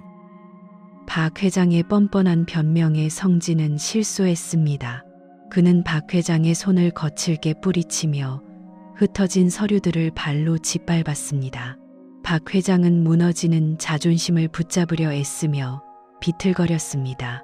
성진은 서재를 나가기 전 책상 위에 놓인 박 회장의 소중한 만년필을 부러뜨려 바닥에 던졌습니다. 그것은 박 회장이 쌓아 올린 가짜 제국이 무너지는 소리와도 같았습니다. 서재 박복도에는 혜란이 창백한 얼굴로 서 있었습니다. 그녀는 안에서 들려온 고함 소리를 모두 들은 듯 했습니다. 성진은 혜란의 어깨를 가볍게 다독이며 그녀를 지나쳐 자신의 방으로 향했습니다. 박 회장의 과거는 이제 성진에게 가장 날카로운 무기가 되었습니다. 성진은 어둠 속에서 어머니의 사진을 가슴에 품고 다짐했습니다. 박 회장이 누리는 모든 영광을 가장 비참한 방법으로 되돌려 주겠노라고. 박 회장의 서재에서 폭풍 같은 대면이 끝난 후 저택의 공기는 살얼음판 위를 걷는 듯한 긴장감으로 가득 찼습니다. 성진은 자신의 방으로 돌아와 거칠게 숨을 몰아쉬며 창밖을 응시합니다. 박 회장의 일그러진 얼굴과 어머니의 낡은 편지가 머릿속에서 뒤엉켜 그를 괴롭힙니다. 하지만 성진이 간과한 사실이 하나 있었습니다. 박 회장의 충복인 김 실장이 어둠 속에서 성진의 일거수일투족을 감시하고 있다는 사실이었습니다. 깊은 밤 성진은 갈증을 느끼며 물을 마시기 위해 아래층으로 내려옵니다. 복도 끝 혜란의 방 문틈으로 가냘픈 불빛이 새어나오고 있었습니다. 성진은 자석에 끌리듯 그곳으로 향합니다. 혜란 역시 잠을 이루지 못한 채 테라스에 서서 밤하늘을 바라보고 있었습니다. 성진이 뒤에서 그녀를 부드럽게 감싸 앉아 혜란은 놀라면서도 이내 그의 품에 몸을 맡깁니다. 두 사람의 그림자가 달빛 아래 하나로 겹쳐지는 순간이었습니다. 성진 씨, 조심해야 해요. 회장님이 오늘 서재에서 있었던 일을 그냥 넘기지 않을 거예요. 당신의 눈빛이 너무 위험해 보여서 내 마음이 자꾸만 조마조마해요. 혜란은 성진의 가슴에 얼굴을 묻으며 낮게 속삭입니다. 그녀의 목소리에는 성진을 향한 깊은 연민과 두려움이 서려 있었습니다. 성진은 그녀의 뺨을 어루만지며 입술을 가져다 댑니다. 금지된 열망이 다시금 타오르려는 찰나, 복도 저편에서 아주 미세한 카메라 셔터 소리가 들려옵니다. 성진은 본능적으로 고개를 돌렸지만 어둠 속에는 정적만이 흐르고 있었습니다. 다음 날 아침, 박 회장은 평소보다 일찍 출근하며 성진에게 서류 가방을 챙겨 나오라고 명합니다. 차 안에서 박 회장은 아무런 말이 없었지만 옆자리에 앉은 김 실장의 눈빛이 평소와 달랐습니다. 김 실장은 박 회장에게 태블릿 PC를 건넸고 화면을 확인한 박 회장의 얼굴은 순식간에 잿빛으로 변했습니다. 그 화면 속에는 어젯밤 성진과 혜란이 테라스에서 미래를 즐기던 모습이 선명하게 찍혀 있었습니다. 꼬리가 길면 밟힌다는 말을 모르는 모양이군. 감히 내 집에서 내 아내와 내 놈이 사람이길 포기한 게냐? 아니면 죽고 싶어 환장을 한 게냐? 박 회장은 차가 멈추자마자 성진의 뺨을 매몰차게 내리쳤습니다. 성진은 바닥으로 나뒹굴었지만 입가에 고인 피를 닦아내며 서늘하게 웃어 보였습니다. 이미 들켜버린 비밀이라면 더 이상 숨길 이유가 없었습니다. 성진은 박 회장의 눈을 똑바로 응시하며 자리에서 일어났습니다. 김 실장은 차가운 표정으로 두 사람 사이를 가로막으며 성진을 제압하려 했습니다. 이제야 알았습니까? 당신이 가장 소중히 여기는 트로피가 사실은 당신을 얼마나 혐오하고 있는지. 당신이 짓밟은 내 어머니의 영혼이 지금 이 상황을 보며 웃고 있을 겁니다. 박 회장은 분노로 몸을 떨며 김 실장에게 무언가를 지시했습니다. 성진은 강제로 차에 태워져 어디론가 끌려가기 시작했습니다. 저택에 홀로 남은 혜라는 자신의 방에 감금된 채 절망적인 눈물을 흘렸습니다. 박 회장은 혜란의 휴대폰을 빼앗고 외부와의 접촉을 완전히 차단했습니다. 저택의 화려한 정원은 이제 두 사람을 가두는 완벽한 감옥이 되었습니다. 성진은 도시 외곽의 한 창고로 끌려가 의자에 결박당했습니다. 어둠 속에서 김 실장이 채찍을 들고 나타났습니다. 박 회장의 명령은 명확했습니다. 성진의 입을 열어 그가 숨기고 있는 모든 계획을 알아내고 그를 폐인으로 만드는 것이었습니다. 성진은 쏟아지는 매질 속에서도 신음 한마디 내뱉지 않았습니다. 오히려 그의 머릿속에는 혜란의 슬픈 얼굴과 이제 본격적으로 시작될 파멸의 시나리오가 선명해질 뿐이었습니다. 한편 지수는 이 모든 상황을 지켜보며 남몰래 미소 지었습니다. 성진과 혜란이 한꺼번에 제거된다면 이 집안의 모든 유산은 온전히 자신의 차지가 될 것이기 때문입니다.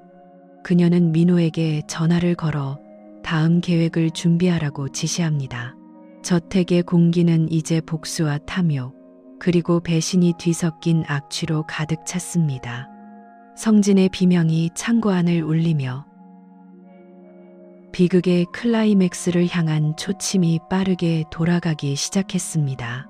성진이 실종된 지 사흘째 되는 밤, 저택은 무거울 정도로 고요했습니다.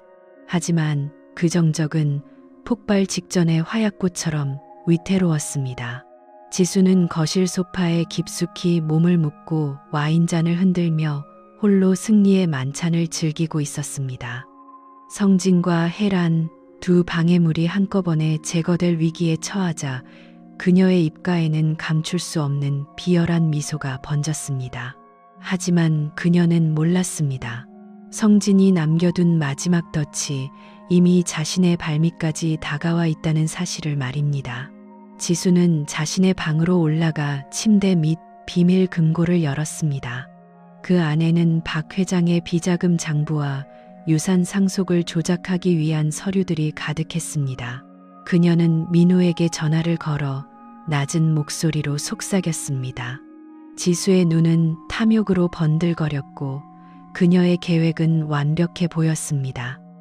성진을 범죄자로 몰아 영구히 격리시키고 혜란을 정신병원에 가두어 박 회장의 재산을 통째로 삼키려는 속셈이었습니다.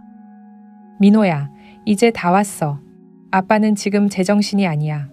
성진이랑 엄마 일로 눈이 뒤집혔거든. 이때 우리가 장부를 넘기면 아빠는 끝장이야. 그럼 이 집은 온전히 우리 거라니까.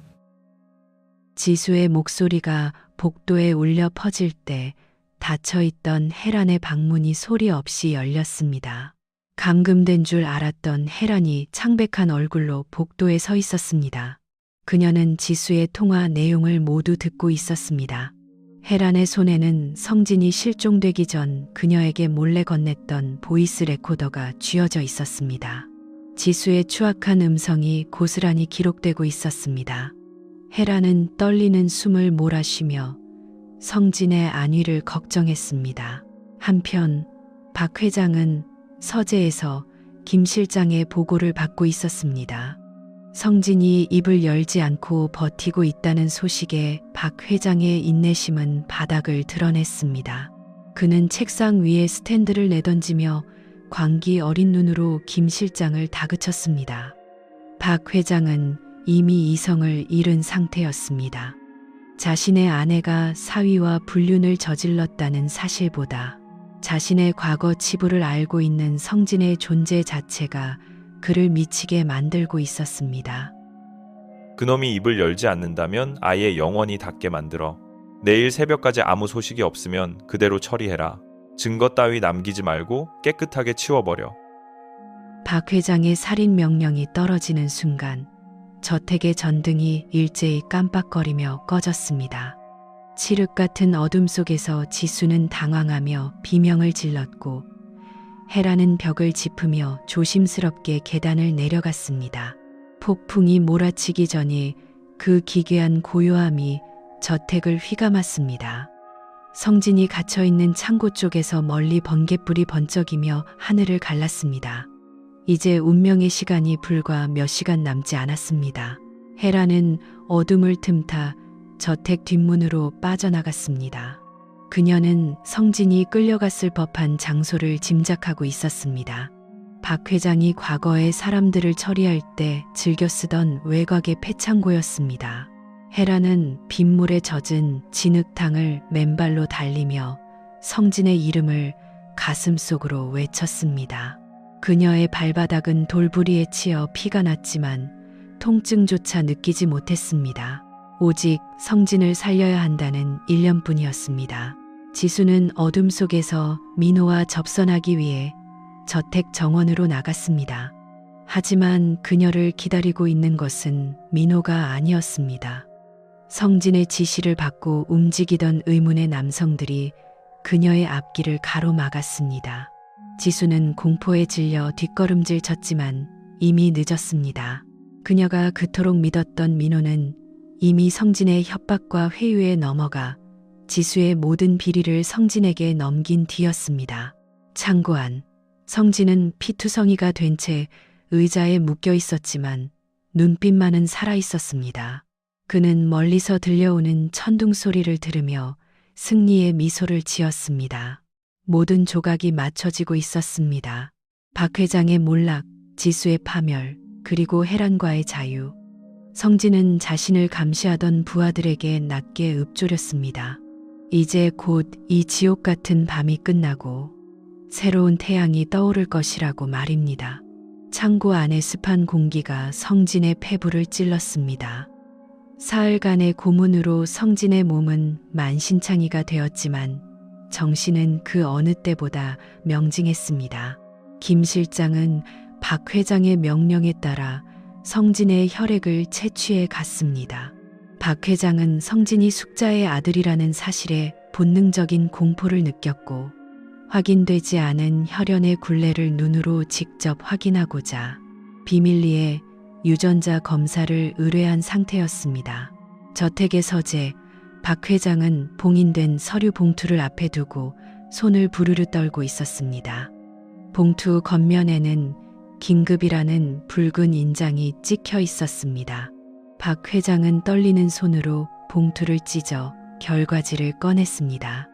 종이 하단에 적힌 숫자 99.9%, 99.9%와 부자 관계 성립이라는 문구가 박 회장의 시신경을 강타했습니다. 그는 비틀거리며 책상을 짚었습니다. 말도 안 돼.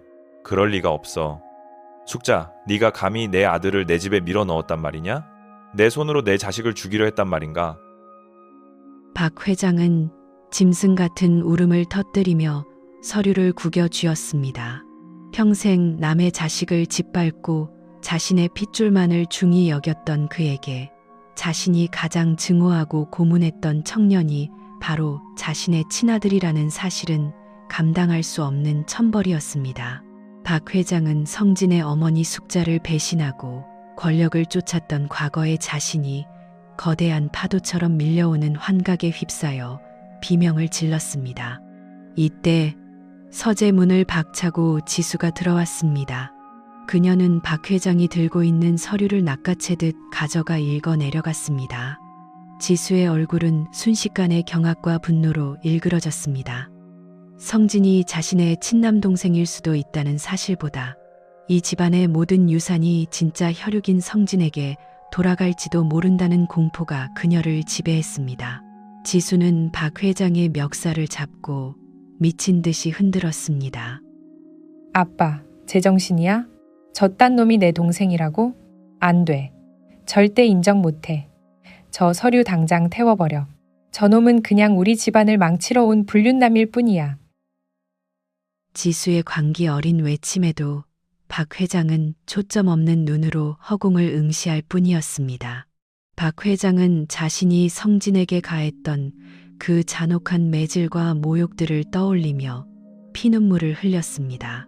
성진이 왜 자신을 그토록 서늘한 눈으로 바라보았는지, 왜 헤란을 통해 자신을 무너뜨리려 했는지 이제야 모든 퍼즐이 맞춰졌습니다.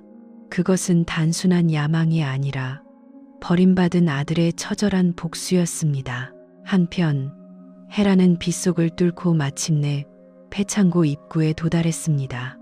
그녀는 경비원들이 박 회장의 긴급 연락을 받고 우왕좌왕하는 틈을 타 창고 안으로 잠입했습니다. 어둠 속에서 피투성이가 된 채 묶여있는 성진을 발견한 헤라는 억눌린 비명을 지르며 그에게 달려갔습니다. 그녀는 떨리는 손으로 성진의 얼굴을 어루만지며 오열했습니다. 성진 씨, 정신 차려요. 제가 왔어요. 미안해요. 너무 늦게 와서. 제발 눈 좀 떠봐요. 당신 죽으면 나도 못 살아. 헤란의 눈물이 성진의 뺨에 떨어지자 성진이 천천히 눈을 떴습니다. 그는 헤란을 보며 힘겹게 미소 지었습니다. 성진은 이미 박 회장이 유전자 결과를 확인했을 것임을 직감하고 있었습니다. 그는 헤란의 손을 꽉 잡으며 낮게 속삭였습니다. 이제 박 회장이 가졌던 유일한 무기인 혈통의 자부심이 가장 치명적인 독이 되어 그의 심장을 찌를 차례라고 말입니다. 창고 밖에서는 박 회장의 차량이 급제동하는 소리가 들려왔습니다.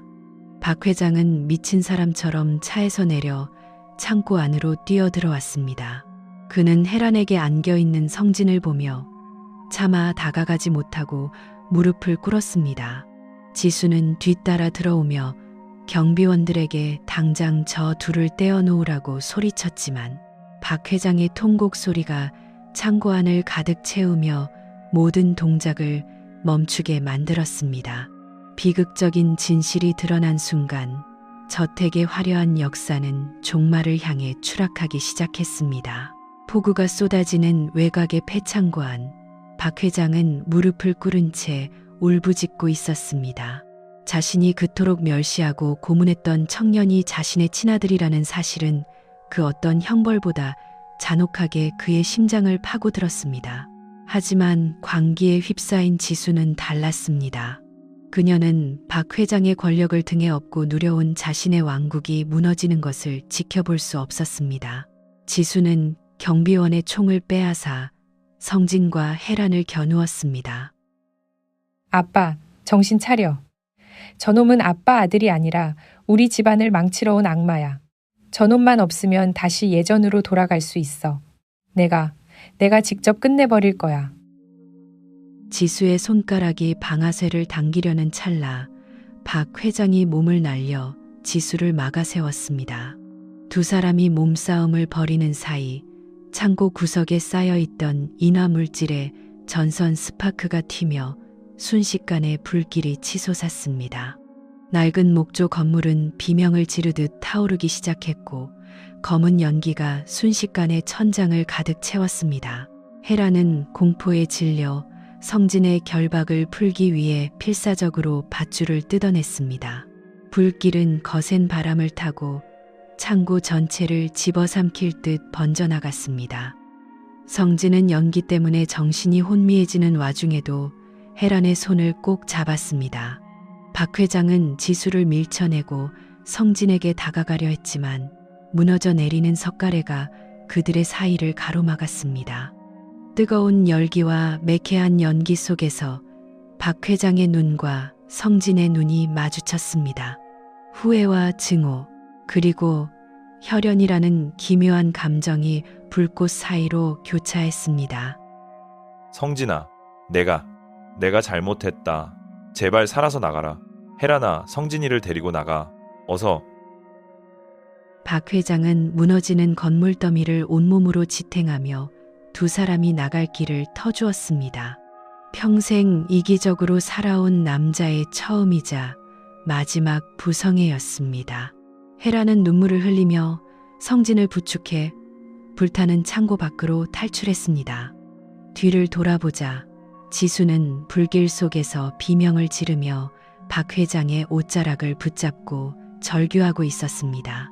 거대한 폭발음과 함께 창고의 지붕이 내려앉으며 모든 것을 어둠과 불길 속으로 묻어버렸습니다.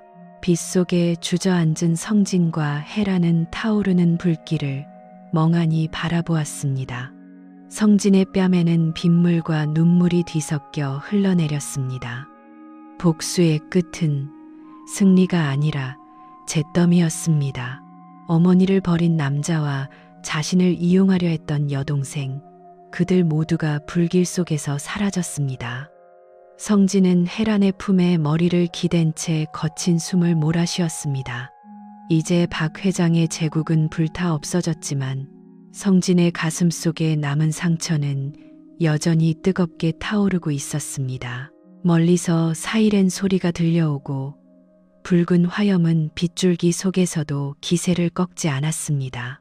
헤라는 성진의 상처 입은 손을 꼭 잡으며 속삭였습니다. 이제 다 끝났다고, 더 이상 아파하지 않아도 된다고 말입니다. 하지만 성진은 알고 있었습니다. 이것은 끝이 아니라 무너진 폐허 위에서 다시 시작해야 할 또 다른 지옥의 시작일지도 모른다는 것을요.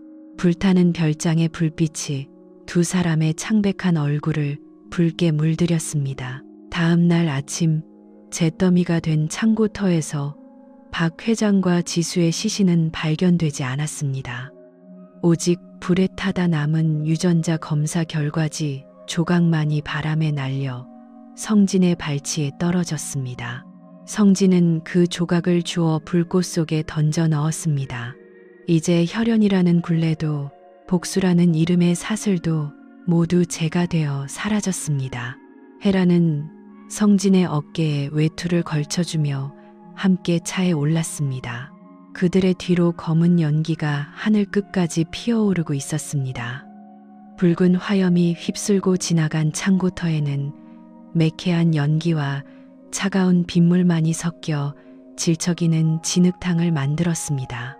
박 회장과 지수가 불길 속으로 사라진 직후 성진은 정신을 잃은 헤란을 부축해 간신히 인근의 안전한 은신처로 몸을 피했습니다. 성진의 몸은 고문과 화상의 흔적으로 만신창이었지만 그의 눈빛은 복수의 마침표를 찍기 위해 그 어느 때보다 차갑게 빛나고 있었습니다. 혜란 씨, 정신 차려요. 아직 끝난 게 아니에요. 그 인간들이 남긴 추악한 유산들을 세상에 다 드러내기 전까진 우리는 멈출 수 없어요. 성진은 떨리는 손으로 노트북을 켰습니다. 그 안에는 성진이 그동안 목숨을 걸고 모아온 박 회장의 비자금 장부, 정관계 로비 리스트, 그리고 지수의 추악한 이중 생활이 담긴 영상들이 저장되어 있었습니다. 성진은 망설임 없이 검찰청 신문고와 주요 언론사 제보창에 파일들을 업로드하기 시작했습니다. 박 회장이 평생을 바쳐 쌓아 올린 다이아몬드 제국의 추악한 민낯이 실시간으로 세상에 폭로되는 순간이었습니다. 잠시 후 헤란이 창백한 얼굴로 눈을 떴습니다. 그녀는 성진이 하고 있는 일을 지켜보며 말없이 그의 손 위에 자신의 손을 얹었습니다. 헤란은 박 회장의 아내로 살며 알게 된 비밀 금고의 비밀번호와 차명 계좌 목록들을 성진에게 건넸습니다. 그것은 박 회장의 숨통을 완전히 끊어놓을 마지막 일격이었습니다. 헤란은 이제 박 회장의 인형이 아닌 성진과 함께 파멸의 길을 걷는 동반자가 되기로 결심한 듯 했습니다. 이게 제가 할 수 있는 마지막 사죄예요. 성진 씨 어머니와 당신에게 지은 죄, 이렇게라도 갚고 싶어요. 이제 그 집안의 화려한 껍데기는 다 벗겨질 거예요. 남는 건 썩은 악취뿐이겠죠. 성진은 헤란의 손을 꽉 잡으며 그녀의 눈동자를 깊게 응시했습니다. 폭로가 시작되자마자 인터넷 뉴스창은 박 회장의 이름으로 도배되었습니다. 한때 존경받는 기업인이자 자산가였던 그의 명성은 순식간에 나락으로 떨어졌습니다. 성진은 실시간으로 올라오는 기사들을 보며 서늘하게 미소 지었습니다. 자신이 겪었던 고통과 어머니가 흘렸던 눈물이 이제 박 회장의 가슴에 비수가 되어 꽂히고 있었습니다. 다음 날 아침, 검찰은 박 회장의 저택과 다이아몬드 호텔 본사에 대한 전격적인 압수수색에 나섰습니다. 수십 명의 수사관이 들이닥쳐 상자 더미를 실어 나르는 광경이 생중계되었습니다. 성진은 은신처의 낡은 텔레비전을 통해 그 광경을 지켜보며 가슴 밑바닥에서 끓어오르는 뜨거운 전율을 느꼈습니다. 패자는 박 회장이었고 최후의 승자는 버림받은 아들이었습니다. 하지만 승리의 기쁨도 잠시 성진의 휴대폰으로 한 통의 메시지가 도착했습니다. 발신인은 죽은 줄로만 알았던 김 실장이었습니다. 메시지에는 박 회장이 큰 부상을 입었지만 살아남아 밀항을 준비하고 있다는 충격적인 정보가 담겨 있었습니다. 성진은 주먹을 꽉 쥐었습니다. 박 회장을 이대로 살려보낼 수는 없었습니다. 그는 혜란에게 잠시 기다리라는 말을 남기고 다시 어둠 속으로 몸을 던졌습니다. 혜란은 멀어지는 성진의 뒷모습을 보며 불길한 예감에 휩싸였습니다. 그녀는 성진이 복수의 태페에 빠져 영원히 돌아오지 못할까봐 두려웠습니다. 성진은 항구로 향하는 차 안에서 어머니의 낡은 사진을 꺼내 보았습니다. 사진 속 어머니는 여전히 수줍게 웃고 있었습니다. 성진은 나지막이 중얼거렸습니다. 어머니 이제 다 왔어요.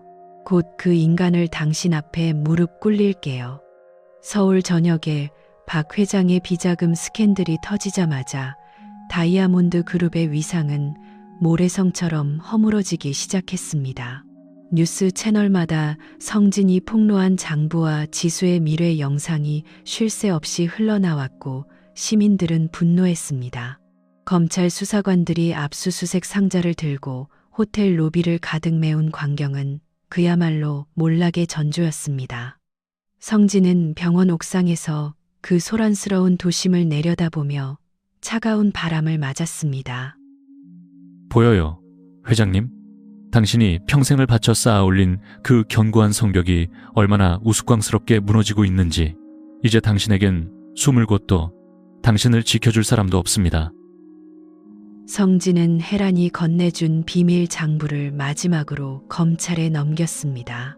그것은 박 회장의 숨통을 완전히 끊어놓을 결정적인 증거였습니다. 한편 혜란은 저택으로 돌아가 자신의 짐을 정리했습니다. 화려한 보석과 비단 옷들은 이제 그녀에게 아무런 의미가 없었습니다. 그녀는 오직 성진의 어머니 숙자와 박 회장이 찍혔던 그 낡은 사진 한 장만을 품에 안았습니다. 혜란은 텅 빈 저택을 나서며 뒤를 돌아보지 않았습니다. 박 회장은 밀항 직전 검찰에 검거되어 구치소에 수감되었습니다. 화려한 수트 대신 푸른 죄수복을 입은 그의 모습은 초라하기 그지없었습니다. 지수는 행방불명 상태였지만 그녀의 모든 계좌는 이미 동결되어 도망칠 자금조차 바닥난 상태였습니다. 성진은 구치소 면회실 유리창 너머로 박 회장을 마주했습니다. 박 회장은 초점 없는 눈으로 성진을 바라보며 마른 침을 삼켰습니다. 네가 정말 내 아들이란 말이냐? 숙자가 나에게 복수하려고 너를 보낸 게야? 제발 말해다오, 성진아. 내가 어떻게 해야 내 화가 풀리겠니? 박 회장의 애처로운 물음에 성진은 실소했습니다. 이제 와서 부성애를 갈구하는 남자의 모습이 역겹기까지 했습니다. 성진은 수화기를 꽉 쥐고 박 회장의 눈을 뚫어지게 응시했습니다. 그의 목소리는 낮고 서늘했습니다. 어머니가 겪어야 했던 수십 년간의 고통과 자신이 받아온 모멸감이 박 회장의 심장을 도려내듯 전달되었습니다. 당신은 아들이라고 부를 자격이 없습니다. 당신에게 나는 그저 당신의 죄악이 만들어낸 괴물일 뿐이죠. 평생 그 좁은 방에서 당신이 저지른 일들을 곱씹으며 늙어가세요. 그게 당신에게 내리는 제 마지막 선물입니다. 성진은 수화기를 내려놓고 면회실을 나왔습니다. 뒤에서 박 회장이 성진의 이름을 부르며 통곡하는 소리가 들려왔지만 성진은 단 한 번도 뒤돌아보지 않았습니다. 구치소 정문을 나서자 혜란이 차 옆에서 그를 기다리고 있었습니다. 두 사람은 말없이 서로의 손을 잡았습니다. 거대한 성벽은 무너졌고 그 폐허 위로 차가운 겨울바람이 불어왔습니다. 지수는 결국 밀항선 근처에서 체포되었다는 소식이 들려왔습니다. 그녀는 끝까지 자신의 잘못을 인정하지 않고 고함을 지르며 저항했다고 합니다. 성진은 그 소식을 듣고도 아무런 감흥이 없었습니다. 복수의 끝은 예상보다 허무했고 남은 것은 깊은 피로감뿐이었습니다. 혜란은 성진의 어깨에 머리를 기댔습니다. 이제 두 사람 앞에는 박 회장의 그림자가 없는 새로운 시간이 기다리고 있었습니다. 저녁 노을이 지는 강변. 성진은 어머니의 사진을 꺼내어 강물 위로 던졌습니다. 사진은 수면 위를 맴돌다 천천히 가라앉았습니다. 이제 어머니도 박 회장의 과거도 모두 강물에 씻겨 내려가길 바랐습니다. 성진은 혜란을 바라보며 처음으로 진심 어린 미소를 지어 보였습니다. 비극의 서막은 끝났고 이제 두 사람만의 긴 여정이 시작되려 하고 있었습니다. 박 회장의 제국이 무너진 후 병원 VIP 병동은 더 이상 화려한 문안객들로 붐비지 않았습니다. 구치소에서 급격한 심신쇠약으로 형집행 정지를 받고 옮겨진 박 회장은 앙상하게 마른 손으로 산소 마스크를 움켜쥐고 있었습니다. 한때 대한민국 재계를 호령하던 거물의 위용은 온데간데 없고 죽음을 앞둔 한 노인의 비참한 몰골만이 남았습니다. 성진은 무거운 정적을 깨고 병실 문을 열었습니다. 결국 이렇게 다시 뵙게 되는군요. 이 화려한 병실이 당신의 마지막 요새입니까? 아니면 도망칠 곳 없는 감옥입니까? 성진의 차가운 목소리에 박 회장이 천천히 눈을 떴습니다. 초점 없는 눈동자가 성진의 얼굴에 머물자 그의 입술이 가늘게 떨렸습니다. 박 회장은 산소 마스크를 벗어던지려 애쓰며 쇳소리 섞인 가쁜 숨을 내뱉었습니다. 그는 성진의 손을 잡으려 했지만 성진은 차갑게 뒷걸음질 쳤습니다. 두 사람 사이에는 수십 년의 세월 동안 쌓인 증오와 배신, 그리고 끊어낼 수 없는 혈연의 굴레가 가로놓여 있었습니다. 성진아, 내 아들아. 숙자가 너를 정말 나처럼 닮게 키웠구나. 내가 저지른 죄를 내 눈을 통해 보고 있자니 숨이 막히는구나. 제발 이 애비라고 한 번만 불러주면 안 되겠니? 박 회장의 애처로운 호소에 성진은 실소했습니다. 죽음 앞에서야 비로소 부성애를 연기하는 남자의 위선이 역겨웠습니다.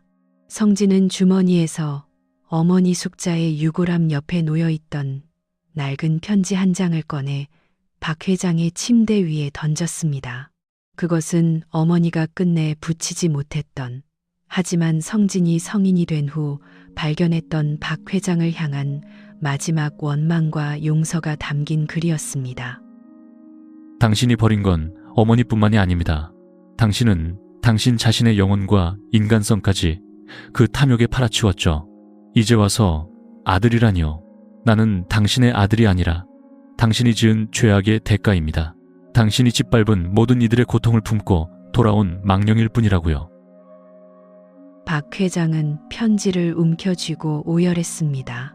그의 가슴에서 터져나오는 울음소리는 마치 무너져 내리는 성벽의 비명처럼 들렸습니다. 그는 자신의 성공을 위해 희생시켰던 혜란의 청춘, 지수의 뒤틀린 욕망, 그리고 숙자의 비참한 죽음을 떠올리며 뒤늦은 참회의 눈물을 흘렸습니다. 하지만 성진의 눈빛은 단 한순간도 흔들리지 않았습니다. 용서하기엔 상처가 너무 깊었고 잊기엔 증오가 너무 뜨거웠습니다. 병실 밖 복도에는 혜란이 초조한 모습으로 서 있었습니다. 그녀는 성진이 이 마지막 대면을 통해 과거의 사슬을 끊어내길 간절히 바랐습니다. 성진은 박 회장을 뒤로 한 채 병실을 나섰습니다. 등 뒤로 기계적인 심박동 소리와 박 회장의 희미한 흐느낌이 멀어져 갔습니다. 성진은 혜란의 손을 꽉 잡았습니다. 그녀의 손은 따뜻했고 그 온기만이 성진을 현실의 땅에 붙들어 매고 있었습니다. 성진은 병원 옥상으로 올라가 지는 해를 바라보았습니다. 붉게 물든 노을이 도시의 빌딩 숲 사이로 쓰러져 가고 있었습니다. 이제 박 회장이라는 거대한 태양은 저물었고 그가 남긴 긴 그림자도 서서히 어둠 속으로 사라질 것입니다. 성진은 깊은 숨을 내쉬며 가슴 속에 맺혀 있던 응어리를 뱉어냈습니다. 복수는 완성되었지만 그 대가로 치른 청춘의 상처는 여전히 욱신거렸습니다. 하지만 곁에 있는 혜란의 존재가 그 상처를 조용히 어루만져 주고 있었습니다. 시청자 여러분, 어느덧 이 길고도 험난했던 복수와 애증의 서사도 그 끝을 향해 달려왔습니다. 거대했던 다이아몬드 그룹의 몰락은 신문 일면을 장식하던 화려한 기사에서 어느덧 사람들의 기억 속에서 잊혀가는 한 조각 가십거리가 되었습니다. 박 회장이 숨을 거둔 지 어느덧 1년, 화려했던 저택은 압류되어 잡초만이 무성해졌고 지수는 교도소 차가운 바닥에서 참회의 시간을 보내고 있습니다. 그리고 여기 폭풍이 지나간 자리에 남겨진 두 사람이 있습니다. 강원도의 어느 조용한 바닷가 마을. 파도 소리가 정겨운 이곳에 작은 정원을 품은 하얀 집 한 채가 자리 잡고 있습니다. 마당 가득 피어난 붉은 장미들은 과거 저택의 그것처럼 오만하지 않고 소박하면서도 따뜻한 향기를 내뿜습니다. 성진은 밀짚 모자를 쓴 채 정성스럽게 흙을 고르고 있습니다. 그의 뺨에 남았던 흉터는 이제 희미해졌지만 그 눈빛만큼은 과거의 서늘함을 지우고 평온한 바다를 닮아 있습니다. 혜란 씨, 이 장미들 좀 봐요. 작년에 심었던 묘목이 벌써 이렇게 튼튼하게 자랐어요. 우리 어머니가 좋아하시던 그 빛깔 그대로예요. 성진의 부름에 현관문이 열리고 혜란이 꽃무늬 앞치마를 두른 채 나옵니다. 그녀의 얼굴에는 수십 년간 그녀를 짓눌렀던 그림자가 걷히고 비로소 제 나이를 찾은 듯한 우아하고 편안한 미소가 머뭅니다. 혜란은 성진의 곁으로 다가가 그의 어깨에 묻은 흙을 다정하게 털어냅니다. 두 사람 사이에는 이제 사위나 장모라는 이름 대신 서로의 상처를 온전히 이해하고 보듬어주는 동반자라는 이름만이 남아 있습니다. 정말 예쁘네요, 성진 씨. 이제야 이 장미들이 제 자리를 찾은 것 같아요. 가시 뒤에 숨지 않아도 되는 그런 평화로운 곳 말이에요. 우리 정말 먼 길을 돌아왔네요. 혜란은 성진의 손을 가만히 맞잡습니다. 투박해진 성진의 손등 위로 혜란의 눈물이 소리 없이 떨어집니다. 그것은 슬픔의 눈물이 아니라 지독했던 과거를 씻어내는 정화의 눈물이었습니다. 성진은 혜란을 품에 꼭 안으며 바다 너머를 응시합니다. 저 멀리 수평선 끝에는 박 회장의 제국도, 어머니의 눈물도, 지수의 악다구니도 없는 오직 푸른 자유만이 일렁이고 있습니다. 성진은 주머니에서 작은 초음파 사진 한 장을 꺼냅니다. 그것은 지수의 가짜 아이가 아니라 1년 전 혜란과 성진 사이에 기적처럼 찾아온 새 생명의 기록입니다. 두 사람은 서로의 눈을 맞추며 말없이 미소 짓습니다. 이 아이에게는 증오의 대물림이 아닌 사랑의 유산만을 남겨주겠노라고 다짐하는 무언의 약속입니다. 장미 꽃잎이 바람에 날려 두 사람의 어깨 위로 살포시 내려앉습니다. 해가 뉘엿뉘엿 저물어가는 바닷가, 두 사람의 그림자가 모래사장 위로 길게 뻗어나갑니다. 파도는 과거의 흔적을 지우듯 끊임없이 밀려왔다 밀려갑니다. 성진과 혜란은 이제 과거의 망령에서 벗어나 오직 현재라는 소중한 시간을 함께 걷고 있습니다. 그들이 지은 죄와 상처는 평생 지워지지 않겠지만 서로를 향한 진심 어린 사랑이 그 모든 아픔을 덮어주는 따뜻한 담요가 되어줄 것입니다. 시청자 여러분, 사랑과 증오는 한 끗 차이라고들 합니다. 하지만 가장 지독한 복수의 끝에서 우리가 발견한 것은 또 다른 파괴가 아니라 결국 누군가를 온전히 품어주는 사랑이었습니다. 장미는 지고 나면 다시 피어나듯 우리의 인생도 아픔 뒤에 비로소 진정한 향기를 내뿜는 것이 아닐까요? 지금까지 장미의 가시, 침묵의 유산을 시청해주신 여러분, 진심으로 감사합니다. 평안한 밤 되십시오.